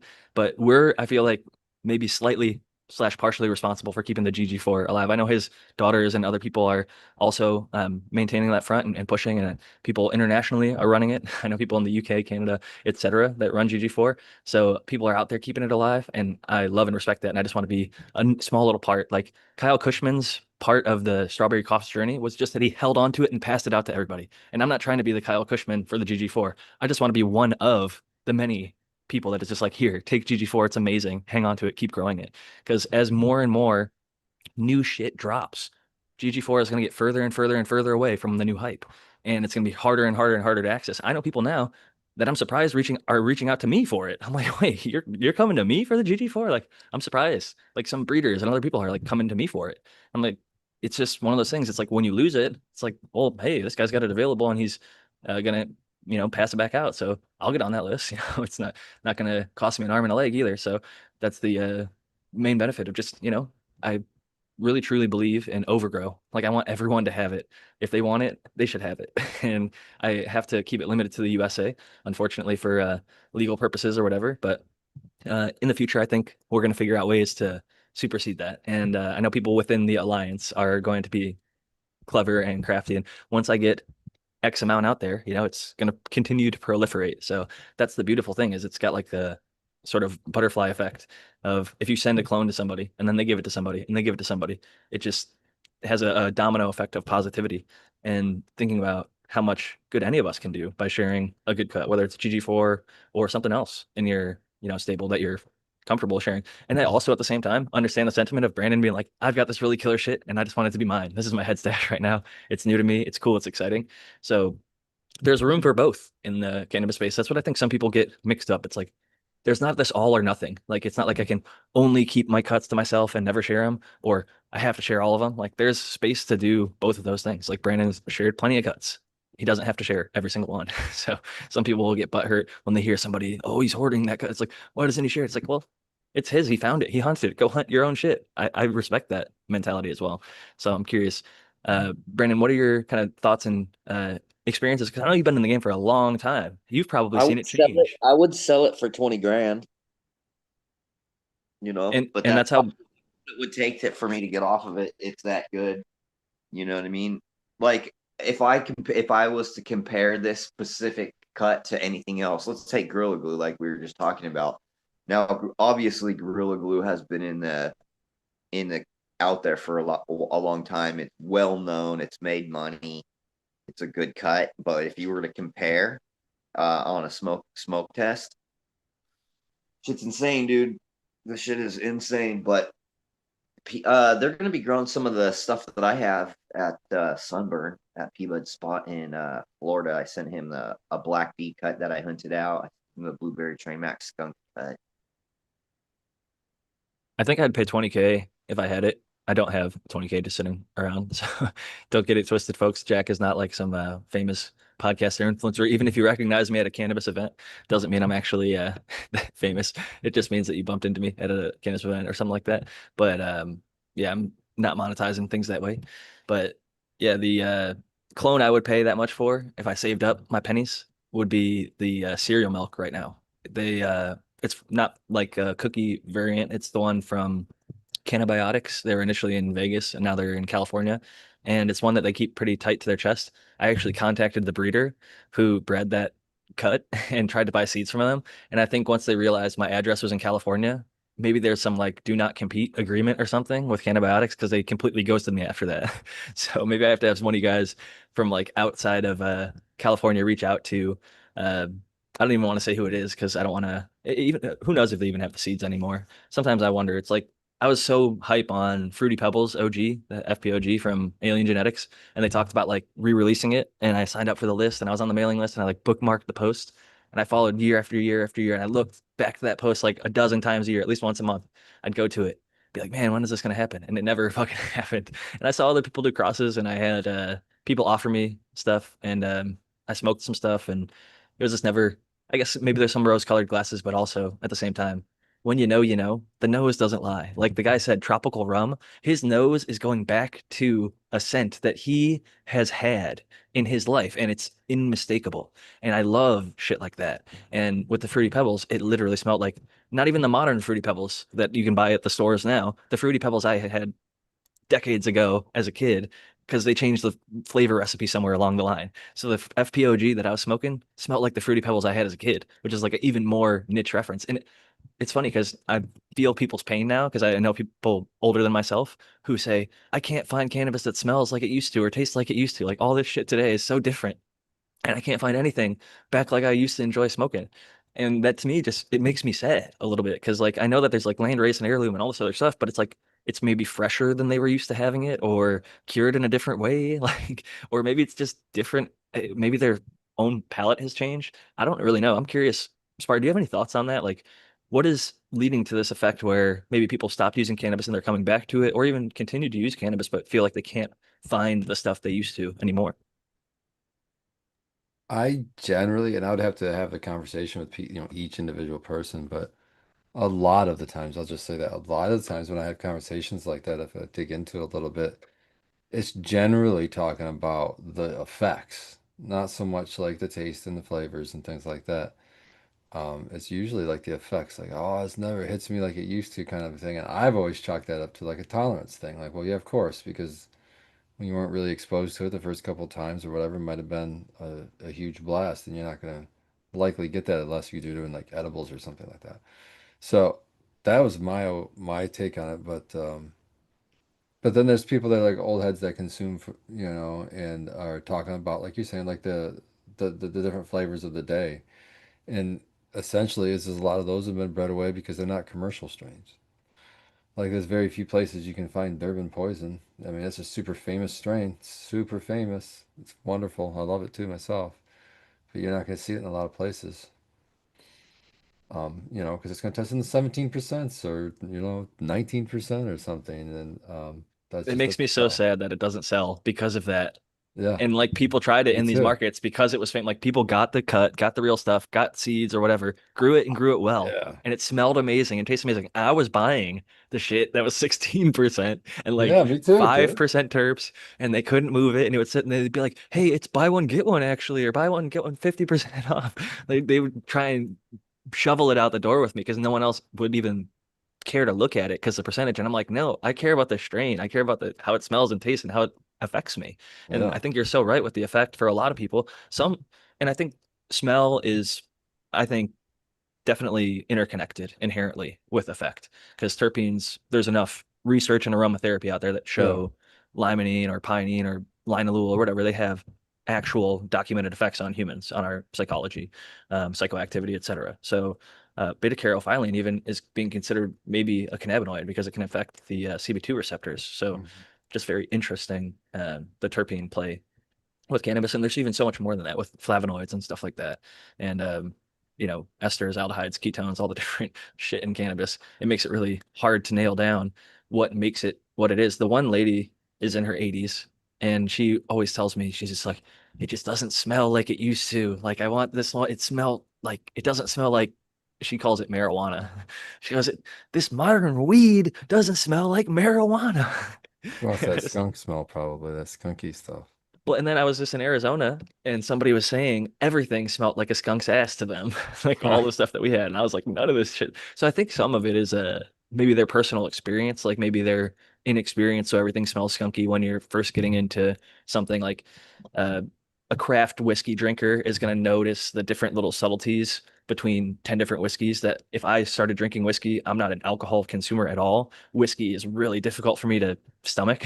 And like I just don't love whiskey personally. So if you Mhm. gave me 10 of the world's best whiskeys, I would think that they were all the world's worst whiskeys because I just hate whiskey and all whiskey smells like fucking shit to me. So I'm gonna say, oh man, it smelled like a fucking whiskey factory in there and it sucked balls. And that's what this lady at this birthday party I was at was basically describing about cannabis like ours and everybody else in the modern generation. In Arizona, there's quite a heavy, robust medical program. I was very impressed actually, not that I love going into dispensaries, but if I do, when I go there and have like a pleasant experience and can get decent to good quality product, I'm actually like, even if you have to pay a decent penny, um, just that it's available.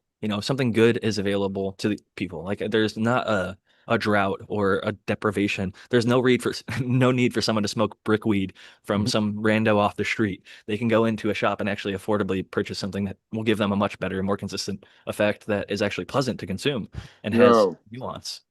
that the 80-year-old lady wants that brickweed. You're probably right. That's what I need to bring her. Fuck. You That just should you be Try it solved once. I it. bet you she'd be like, "That's the marijuana I This is what I was remember." looking for all along. Seeded fucking brick. I don't even know where to find it, dude. I've seen people find it, but I don't personally know where to find brickweed anymore. I don't either. I'm yeah, not in the know. When's the last time you saw it? I don't even 2006. remember. 2006, Brandon. I love that. My wife trapped it for a long time. She was she would sell it so she could buy herself the good stuff. And so respect to Lady G from being an early G, flipping the brick to get herself some sticky.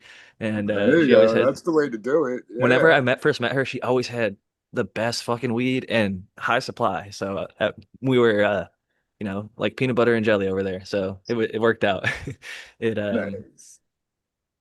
it's nice when people enjoy good weed in high amounts. If you also enjoy good weed in large amounts, so she's got exquisite taste. Like multiple times at multiple companies, she's taken over as like the tastemaker or like the curator or like the procurer of the product, and she'll be the one that goes and smells like hundreds or thousands of different products at like these big, huge warehouses or grow facilities or whatever.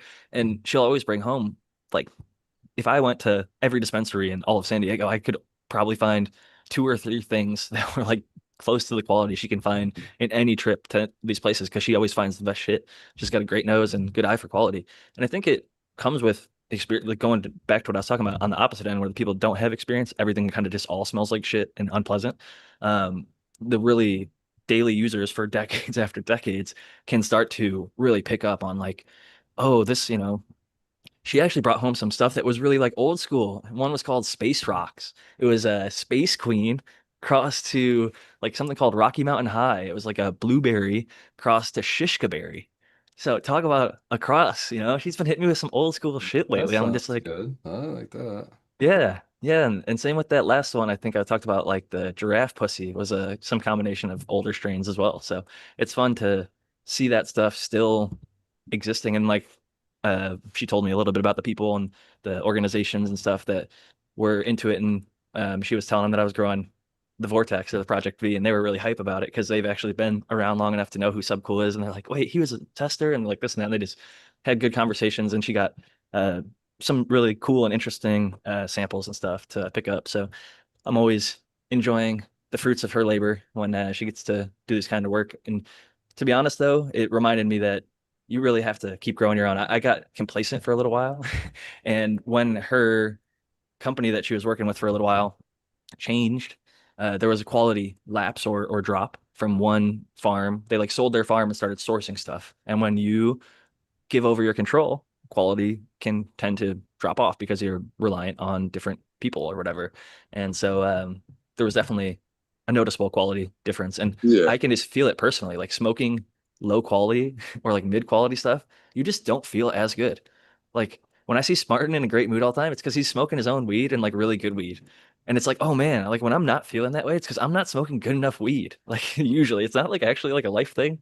It's like, oh man, I'm just smoking some fucking mids right now because I hadn't set up my grow and I'm fucking smoking on some commercial ass boof, that's being sourced from some farm that is white labeling it to 15 other different farms and relabeling and relabeling. And I don't even know what the fuck it is. So it's all just weed. I don't even care about the strain. But Yo, when she comes home with something that's like, oh, this is exactly what this is, and I smell, I'm like, oh, that smells good. That smells like something I know. And then I was like, that smells like this. And I was like, oh, it's shishka berry is what it was ringing in my head. But anyway, go ahead, Tom. I was just gonna say, like you were mentioning how something gets taken over and they change shit up and do that. It happens in the corporate world too. Like Reese's peanut butter cups, they're not chocolate. There's not chocolate in it anymore. They can't call it chocolate. Chocolate And flavored ice cream product, too. Yeah, ice chocolate cream flavored flavored product. product. Ice cream has no cream in it. They can't call it ice cream. The frozen Hershey's, dessert or whatever. the It's Hershey's like absolutely grandson tried to sue ridiculous. Yeah, yep. because like it was not the main products, but the like Valentine Reese's, whatever. The number like two ingredient is supposed to be like shea butter or something, and that's more expensive, or cocoa butter, I think. And it's way more Right. expensive than like the oils, the vegetable oils that they can slap in there. And for like the limited Yep. edition shit, they slap the cheapest shit possible in there. But their licensing says for the main regular stuff, they have to keep the original recipe. Otherwise, the family knows and they're gonna get pissed and be like, "Hey, you guys are skimping on quality, and you're gonna ruin Messing our up family my name." good name. Yeah. Literally. I But mean, like yeah, it's it's all about cutting costs and making more money. That's why the health and I'm not going to go up on a tangent, but healthcare should not be a profit based situation, in my opinion. I don't know what was making me think about it, but it's like some things with even good intentions, like saying we're going to cap healthcare at 15%. Okay, it sounds good on paper, but then all of the healthcare organizations just inflate all of their rates. So if they're going to only be able to make 15% a year, they're going to make 15% of 10 billion versus 15% of 1 billion. They're just going to raise all their rates, maybe by 15% or much, much more. So it turned out the thing that capped things at 15% didn't actually lower costs. So the healthcare industry became bigger and bigger and bigger and made Yeah, more and more there's profits. So they know the workaround. loopholes just like everybody else. Yep. You I was know, going to it, say loopholes and workarounds and everything. Like we can't get Iranian oil, but they'll sell it to someone else who will sell it to someone else, and then it'll trickle down to where it's not supposed to be sold from Iran, and they'll get it. or And computer it chips happens or all the whatever it time. is. Yeah, all But that stuff. gardening equipment, even like fertilizers, we're gonna say, oh, all the phosphorus. We're at peak phosphorus and it's all in one country and they're not going to sell it to us because we're not acting right abroad. And then they sell it to somebody who sells it to one of our allies who sells it to us. And so there's these big, chains. Yeah, it gets more expensive each step of the way and less available and harder to get at times. But a lot of us stock up. Like I've bought amendments all of I don't know, once in the last 2 years. I usually get a couple, like I'll run out of like rice halls or something and I'll like reorder a bag of that. Or, but most of my stuff I still have like half a bag, two-thirds a bag, a quarter of a bag. Like some of the dry amendments, they last so long and you can use them so sparingly that it's just like, yeah, I understand it's an international conflict and more importantly, the food costs around me are going up and the other costs and things like that, transportation of everything is more expensive. But on my own personal garden front, that's my little happy place. And it's all working. It's all its own functioning closed little loop. I own all the equipment. I've got all the materials. I can just make it happen. I'm responsible to like one person, the power company, and I pay them every month and we go about our day. But other than that, our home gardens can be, and even without that, like many have mentioned on the show in the past, you can grow under the sun. You don't even need to pay a power company. You can do it out in your, backyard or your front yard if you have one and make that happen. Or on a windowsill, auto flowers. People have said like they grow autos in their windowsill, behind a couch, here and there, everywhere. And I know a blind guy. He was literally called Canna Blind Guy for a while. He changed his Instagram name, but Canna Blind Guy, I met him when I met Tommy Chong. He grew plants in like old recycled milk cartons in his windowsill. He just had like a bunch of the paper style milk cartons, just threw some soil in there, threw some seeds in there, let the plants go straight up. Had like one big single cola, and he'd harvest them and smoke them. So I can shout out to Can of Blind Guy. He was cool as shit. So this is an interesting subject. Spartan, what auto flowers are you currently growing? Well, I'm not growing any current autoflowers. Dang, I can't believe that. What about you, Why? Jack? I'll have some outside Well, yeah, in outside's about a completely week. different, of Not a course. week. Probably about 3 weeks. I'll have some outside. No, hey, I've done that too, but I don't know. Hey, I know you see, used to grow them in the veg space, yeah, Spartan. Yeah, my veg is super full right now. I'm waiting for some fucking clone things so that I can take clones and get shit into the flower room. So my veg is packed right now. that happens.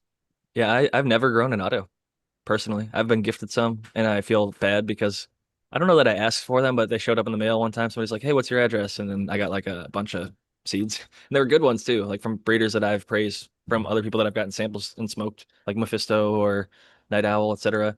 But I just, for me, like I do view the plant very strongly as a medicine. And if I find something I love, I not only want but need to be able to keep growing it again. Like if it speaks to my soul or it like really helps me with insomnia or it really helps me with arthritis, then it's a tool in my medical tool belt. And to have it as like a teaser, like a one time, like, oh, you're gonna get this, but you're gonna get it for a few ounces, maybe a pound if you somehow grow it fucking huge and phenomenally. But like an autoflower, you get a couple ounces and then it's gone.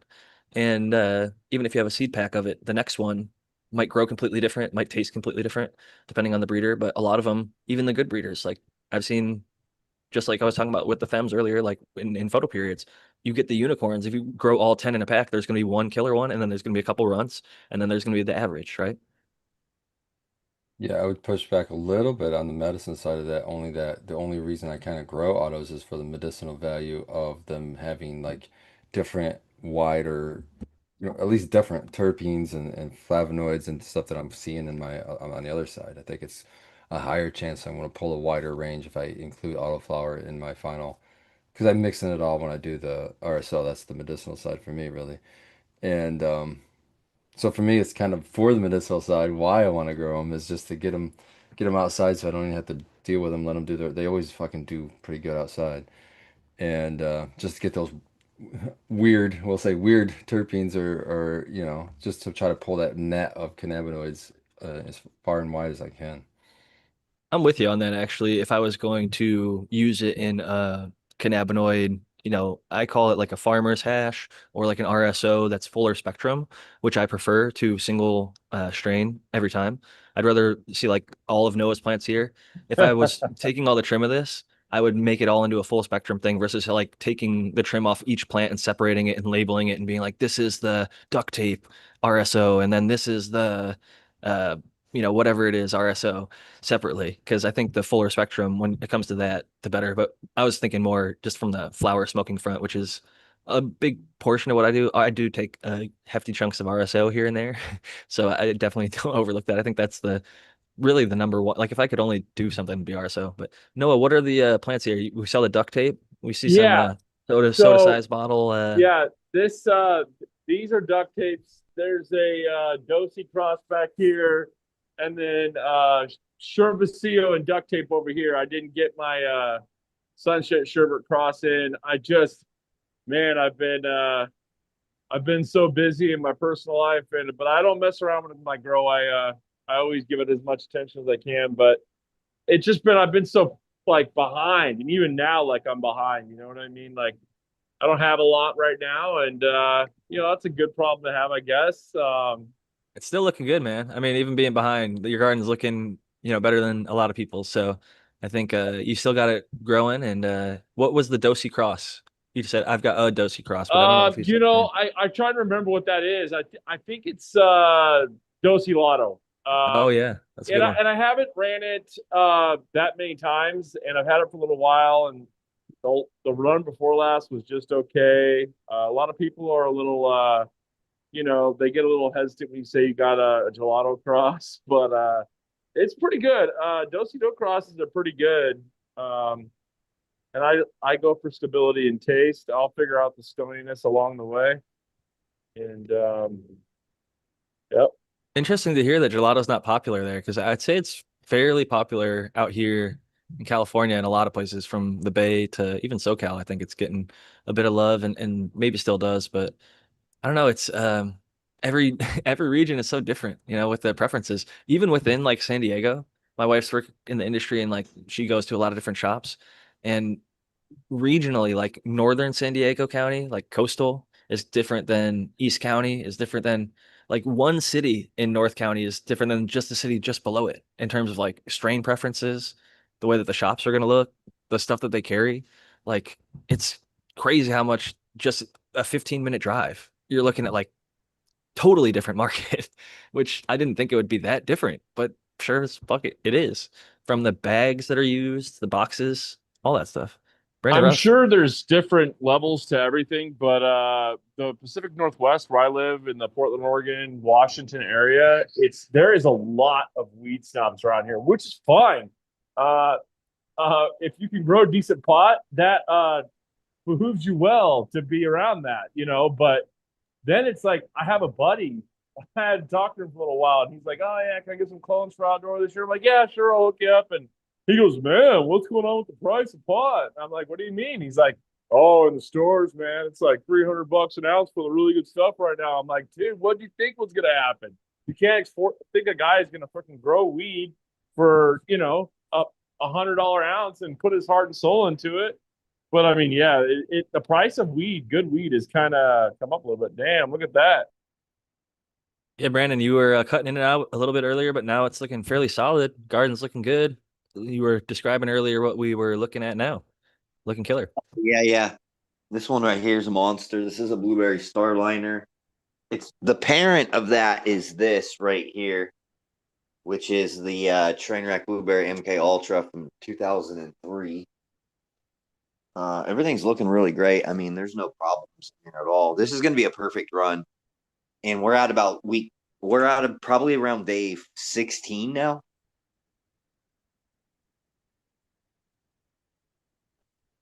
They're looking pretty good, yeah. I mean, when you got everything all dialed in, they start to bud up a little bit faster, stretch, and start blooming very early. We Already starting to put on some trichomes. This is that cut right here I was I was gonna talking about. say earlier you were saying the gay laser and something just about the whole marketing and the terms. Like I was just watching a UFC fight this weekend and there's a guy, his name is Josh Hokett, and he almost Oh my does. God, what a fight. Oh, I didn't know you watched that fight, Jack. Oh man. What a fight. After a snooze fest, there was like a leg kick-a-thon for 3 rounds that went to decision. It was the most boring fight, Reyes versus whoever, and Johnny Walker. And then it went to this Codit fight, or not Codit, Hokit fight, Josh Hokit. And not only was it an amazing fight, but this guy's pre-post, all his interviews, he almost does like a Macho Man Randy Savage. If you ever grew up watching like the WWE, or Oh Chael yeah. Sonnen most recently kind of did it in the UFC, where they do like the talk. They're like a heel or like a bad guy, where they kind of just they say a bunch of really ridiculous over the top stuff during the press conference. And like he was kind of like unranked, and he ended up fighting like a top four guy, I think, and ended up going to a very epic battle. But that being said, getting back to the plants, just the marketing of stuff. Like this guy was able to use his marketing to get himself into a much higher position, and he ended up living up to the expectation. But not to say that Brandon's all just marketing, but it's nice to have a nice name. And so I love that you got the Gay Laser and lots of other fun names, Blueberry Starliner, and the all the different stuff. Yeah. Looking Yeah, killer, dude. man. You think, can you guys hear me? Yeah. Okay. Yeah, they're doing fucking really good. I mean, this one right here in the corner, that's a F3 Blueberry Train Mac, my Blueberry Haze, and so is that Mom that I threw in here. But let's see. This is the Gay Laser right here. This one. It's like everything's I mean, dude, it's super dialed in here. Everything's like super, super on point. So this will be great when it's done. I bet, dude. Whenever you grow in beds, I always feel like you absolutely rock it. Not that you don't in pots or anything, but I feel like your recipe in a soil bed just leads to success, you know. Early topping, getting lots of tops, filling the whole thing out, have a nice healthy soil below so that the plants can just absolutely rip, fill the whole Yeah. place out. And then I have just a bunch of volunteers out here. They just popped up on their own from last year's stuff. You're on the hunt for males. I remember last week you were yanking a bunch out. That's Yeah, cool. I keep pulling all the stuff out. I'll let them go. I don't care. This one's probably going to overtake this one. I don't know. They're way too close together. They have to be at least 8 feet apart. I How big love they get. volunteers though. They always have a head start on everything. They always crush. Yeah. And this soil right here is super fucking healthy.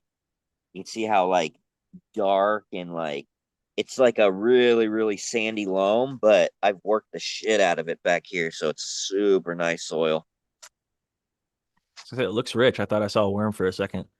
Yeah, there's definitely worm there, but we've got.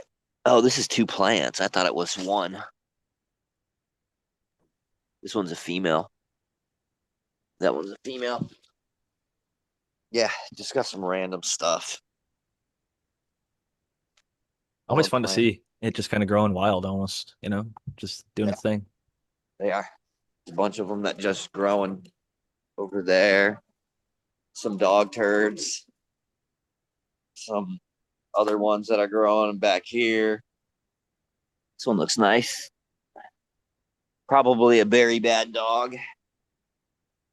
Another one right there. There's a little patch right there. It almost looks like crop cover. I think Spartan used to have like before they started blending it better, I think it was like the Build a Soil crop cover or something like that. It had Yeah, hemp. it was the gnarly barley from yeah, Build a Soil and Coot. They did a collab. The Oh, gnarly look barley. at Is that a dude? Yeah. dude. That's like some sack action right there. It's definitely nuts. Pollen sacs They're all over just that plant. fucking just everywhere. There's like they're fucking everywhere. There's some grown right This there. is why they can't get rid of it in the feral hemp because like when it does this for a couple generations, especially, and it starts getting drought and heat resistant, and it's just like the strongest survive and breed on year after year, season after season, sometimes multi times in a season. It's just like they can't even dream of paying farmers enough to go around and trying to eradicate it. Because a bird, all it takes is a bird to eat a couple seeds to go drop it into some other guy's farm, and then you've got, a patch, and then that patch becomes an acre over a couple of years, and then it's like, holy shit, who planted this? And it's like maybe nobody, you know. But Aaron the grower had a little wild hemp collection from Oklahoma there for a little bit that he was playing around with. Now we're in the indoor garden. Brandon, can you turn your camera to the side a little so we could get some full screen action? Love the little 9 1 gallon pots and the what is this 2x2? Yeah. Some Starfighter and Mac, the number 26 and number 39. These are the two that I've kept out of like the, I don't know, 100 or more seeds of this variety that I've popped. I think it's a fun way to pheno hunt. Do this, top them one time, use that topping as you're cutting, as your backup, and then you just flip and rip, and then you get to see how a bunch of new stuff does, and then you've got a bunch of clones backed up just in case any one of them is phenomenal and worth rerunning. Yeah, all the other ones are in flowering. The other tents. This is the only one that's still in veg. That's why the lights are on. But this variety, I have to fill in the whole canopy in veg because they won't stretch. It's always good to know that because the first time can always be a little surprising when you're expecting them to take off and then they just sort of sit in bulk. Yep, I've got a bunch of varieties that are like that. I kind of prefer it actually. It makes it a lot easier from a logistics perspective, I For think, seed. because Good then for you just seed grading because then you get just nice, tight, big buds, and you can fill in that canopy by just adding more plants. You know, it's super manageable. You don't the have to do a training lot. is way less. Yeah, And yeah, smaller plants and more of them if you're able to is absolutely the way to go with that kind of thing. I think they used to call it a sea of green. I'm not sure if they still use that terminology, but I yeah. kind of consider that a sea of green. But It's funny because it feels like the industry just rediscovered it. There's all these like high times posts about the no veg method, and it's like, yeah, dude, it's called Sea of Green. We've been doing it for fucking decades. I remember first reading about that maybe 90s or early 2000s for sure. And High Times was definitely covering like even It they was had like like, people doing stadium grows back then where they had like a sea of green, but it was like they had like a light hanging in the middle of the room and they had like 80 fucking plants yeah, sorted all around it. the Yeah, Dutch I table mean, method. Come on, man. with That's with I the just with it the was plant counts was always in the way for that. It's like Yeah.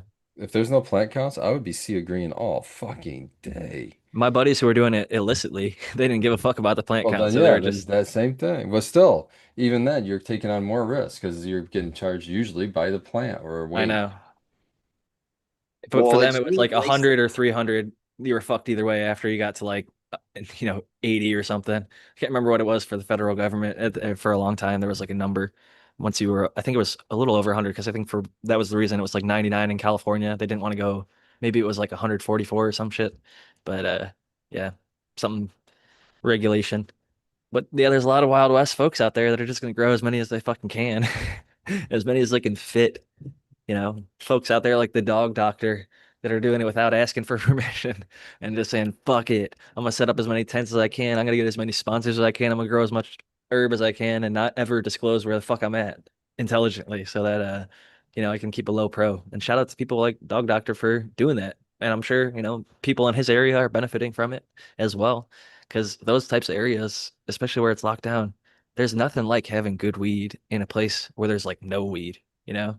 When like there's a severe drought or lack of good product for some reason, because a lot of times legislatively that's the case.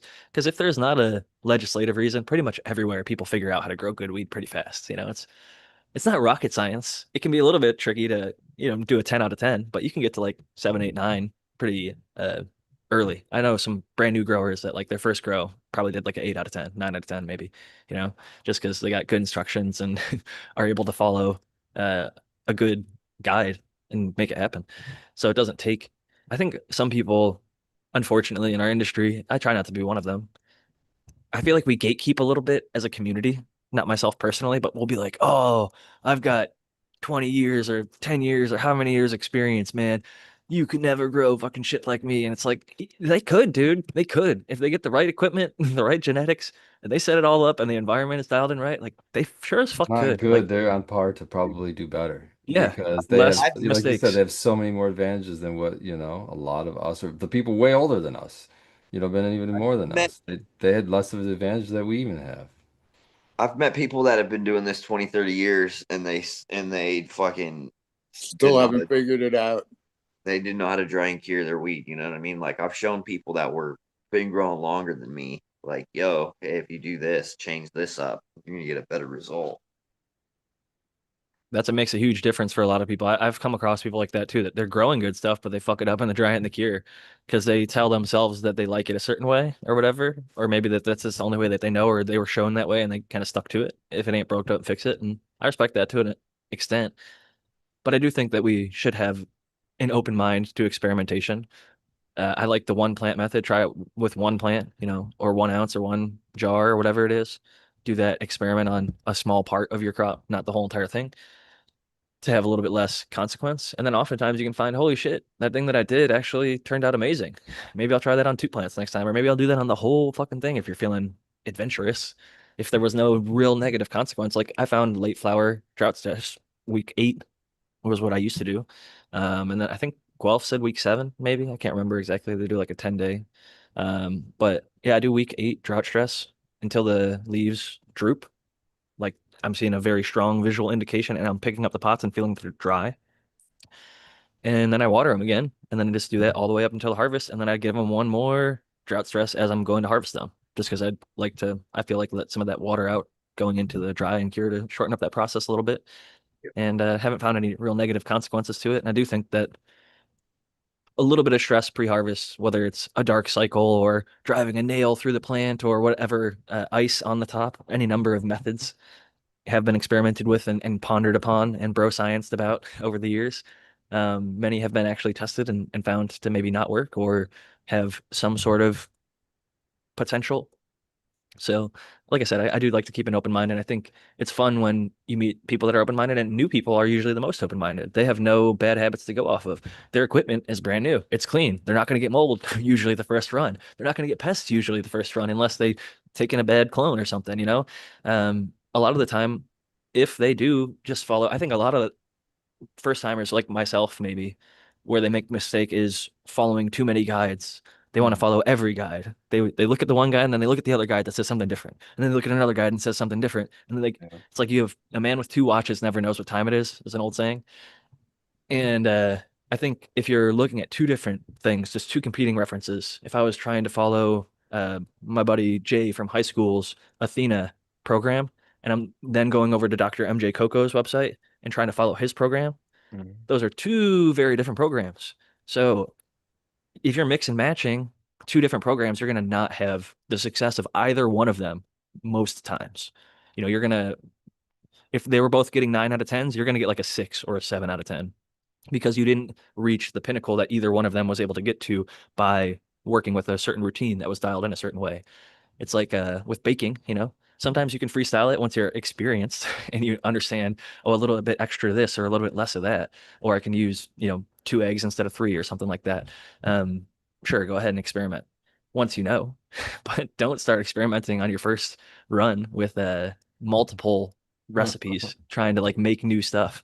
Like you're not going to make that cookie brownie your first time. Like just do the cookie first, just do the brownie first. Figure out how both of those things work and then do the cookie brownie and see, maybe you can do a cookie brownie. That's a pretty easy basic thing. Maybe it's not if you're not into baking, but a lot of that stuff comes pre-mixed anyway. But the point stands, I guess. Maybe try and find a reputable, maybe Brandon Rust type guide or a Dr. MJ guide if you're on the hydro side of things, or anything anybody on this panel puts out. I trust to be good quality information. This podcast included. Like when we talk specifics of grow, which is here and occasionally few and far between because we're talking about other aspects of it. Whether I even been talking earlier about all the different equipment that is grow related, because part of growing is sourcing the equipment, and I do want people to avoid some of the pitfalls of like I think there is some Gucci equipment, and I would say that's on the side of fertilizer a lot of the time. You're going to get cannabis taxed by buying into a cannabis fertilizer a lot of the time if you're going into the hydro side. On the organic side, I'd say that's less common. Like if you buy, again, I'm not shilling for them. Brandon Rust products, I think, are actually appropriately product priced. I actually try and buy them when they're not on sale because I'm like, I want to support my homie's company. And I think that they're actually like I said, I buy stuff and have it for years. So I don't mind paying, 5, 10, 15, $20 on a product that I'm going to have for a long ass time. And I know it has benefits in my garden. And I know a guy smarter than me put a lot of time and research and effort into why he has it, sourcing good versions of it, and then selling it at an appropriate price. So I'm like, everybody wins in that occasion. And even like another person, Build a Soil, Jeremy. I've seen a lot of his content. I like his content. I think he sources good stuff.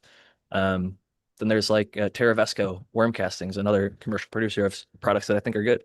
Um, I think it's just nice to have good, affordable product out there and helping other gardeners establish that, whether it's hydroponics, it could be general hydroponics, it could be Jack's 321, it could be whatever your local farm supply has available in their nutrient section.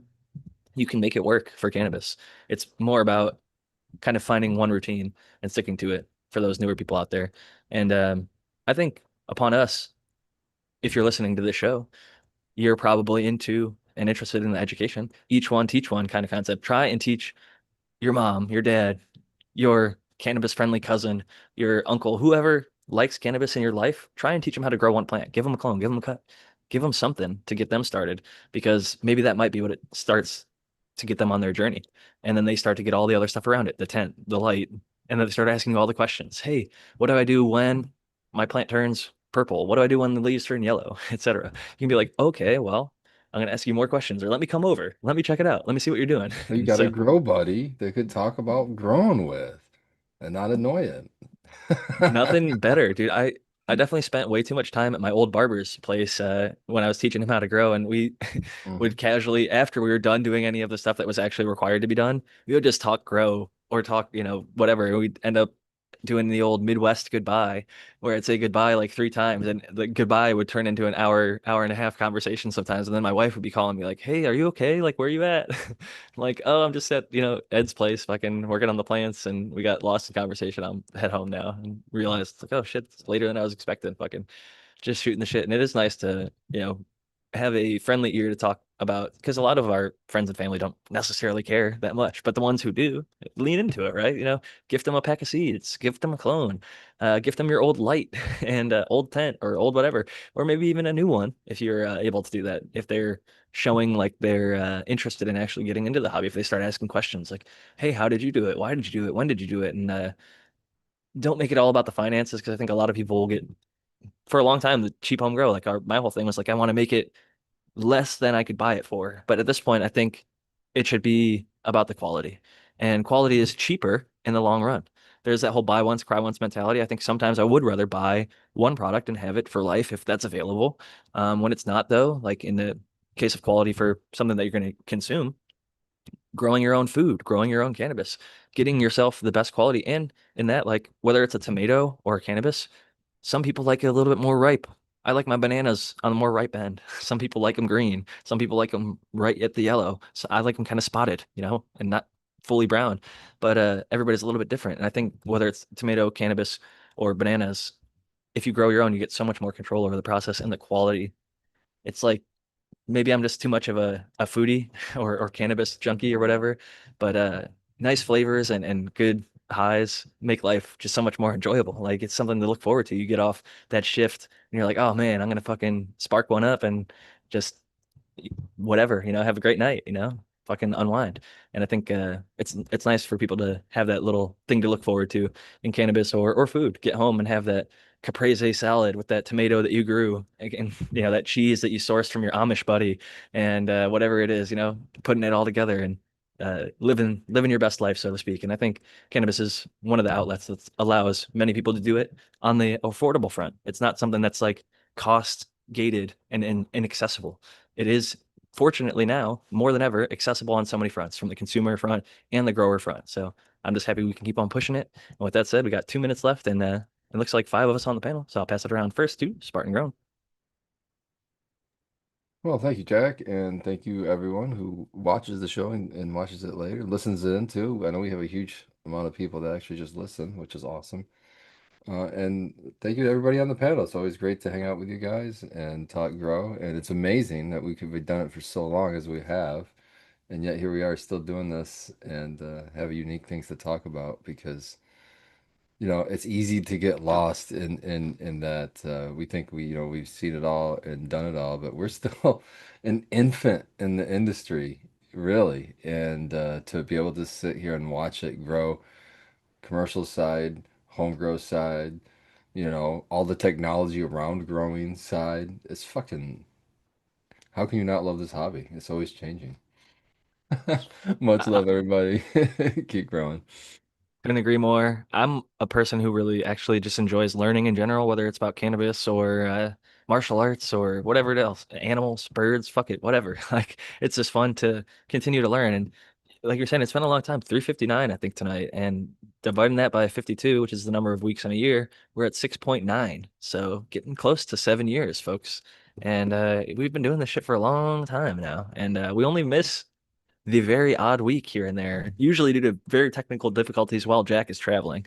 So, but Spartan covered very well for me on the last time that was the case, and you guys put on a hell of a show. I actually listened twice to that show because it was so good. You guys don't feel like you can't do a great job without me here. I think this last time, especially, not that you haven't in the past, but this last one, I was like, wow, this is a great one. I was tuned in, listen, like I said, literally listened to it twice. So, fantastic job to all of you. And with that being said, I'll pass it next to Brandon Rust, who saved my butt last week when I was doing a Greenstock Talks, and then he showed up and covered me for the Easter show. So thank you again, Brandon, for that, and thank you for tonight.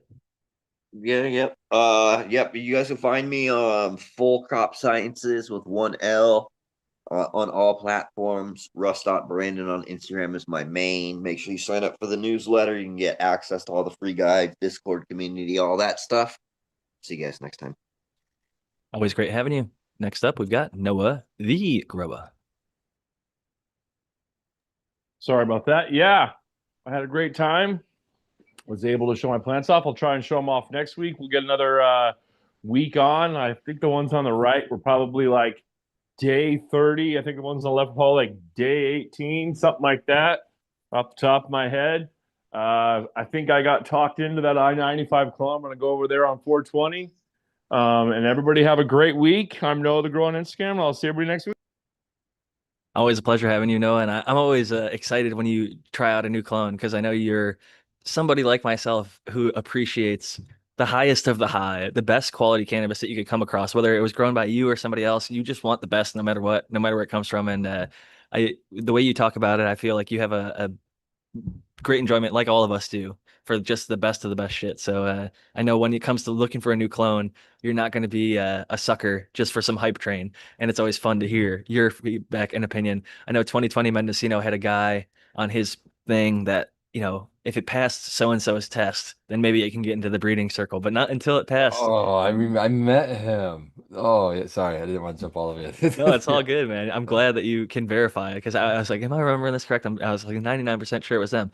But I think that it's important to have these people that are quality, maybe gatekeeping is okay when it comes to quality. People that know truly fucking exceptional cannabis. And I know a few of them, and like I said, several are on this panel, so I appreciate them very much. And one who's the last and certainly not least of my panelists this evening is the American one. Jack, as always, thanks for hosting. Shout out to everyone on the panel, and shout out to the community. I was going through seeds, and dude, I just can't believe how many seeds people have sent me. And it's not even seeds that they made. Some people bought chocolate seeds and mailed them to me. They bought other people's breeder seeds and mailed them to me. So I feel like I have a responsibility. I'm going to get on it. I just pulled out, I have like 5 different strains of the chocolate. I have 2 chocolate, one from DNA, one from Sonoma Seeds, something called chocolate cupcakes, and I forget what a couple, 2 other ones that I don't even know. But yeah, it's just incredible that. And then That's yeah, exciting, I had man. seeds everywhere, like so many that I actually wetted a whole bunch. And like I've been in a bad way, but one way or another, I'm going to make sure they all find a happy home. So yeah, that I want to shout out everyone. I'm the American one. We'll catch you guys either here next week or somewhere in between. Have a great week, and yeah, peace out, everyone. Peace out to you, Tao. And Tao's not wrong. You might catch him somewhere in between. He's active on a lot of the different shows and always educating himself, constantly learning different things and giving us some great feedback and keeping us updated on lots of different things. So I know that everybody's life takes different turns and the garden can take ebbs and flows and be bigger and smaller in times, but I'm always happy to see that yours is going. And I will say this, like you were saying, with getting the seeds from people that purchase them, just truly grateful for the support for the show. Like Spartan said, we have a lot of listeners out there. It keeps getting bigger every single time I post now because we're keeping it mostly grow. And I try to avoid any of the real controversial stuff, but occasionally I don't I'm a free speech person too, so I want to let my panelists say what they want to say. So I'm more on that side of things. And most of the time, people are just like, people have their opinions. We're not going to I hold it. apologize. It's not necessarily you or anybody. I do it a lot of the time. I bring up some of the spicy shit that should when I used to have internet and it would cut out, I would always be like, "Oh man, the government's listening because they're really trying to cut me off for saying X, Y, and Z." And that was just my conspiratorial brain thing there. But yeah, truly grateful for everybody and all the support. I mean, I've only got one copy of 50 Strains of Green, the second edition, available now. Like literally one single one left. Like I sent out 249. I printed 250 and I just sent out 248 and 249 like last week. And it's really cool to get the support in that. The OSGA, the Open Source Genetics Alliance feedback, the people that have gotten them so far and told me how it went for them, truly grateful for that, seeing the photos and getting the information so that I can best improve it moving forward. Even the guys on the panel tonight giving me more options and ideas to continue moving this forward, and all the different support, like everybody in this community sending seeds. I also have seeds that I feel responsible from Brandon, from Spartan, that I want to grow, let alone all the different people. The seed person one, or seed person now, I just think he's seed person. I think he dropped the one, but seed person has sent me a bunch, and so many other people in the community. Canna Queen, genetics. I mean, gosh, the list goes on. There's so many great people, and I've gotten so many great seeds and so much support in so many different ways. This community is unbelievable, and I don't ever want to seem like I'm not truly grateful for all of you and all the amazing positivity and support. It's like I never even really have to like look for like mean comments or like hateful comments. It's like everyone's just loving, supportive, and really we're all truly trying to move in the right direction together. We all just want to grow the dankest shit possible at the lowest possible price and share it with as many people as possible for the most part. And I think that's a mission we're all behind. So we always say, keep on growing and growers love. Jack Greenstock signing out. Catch y'all next week. Cheers. Keep growing.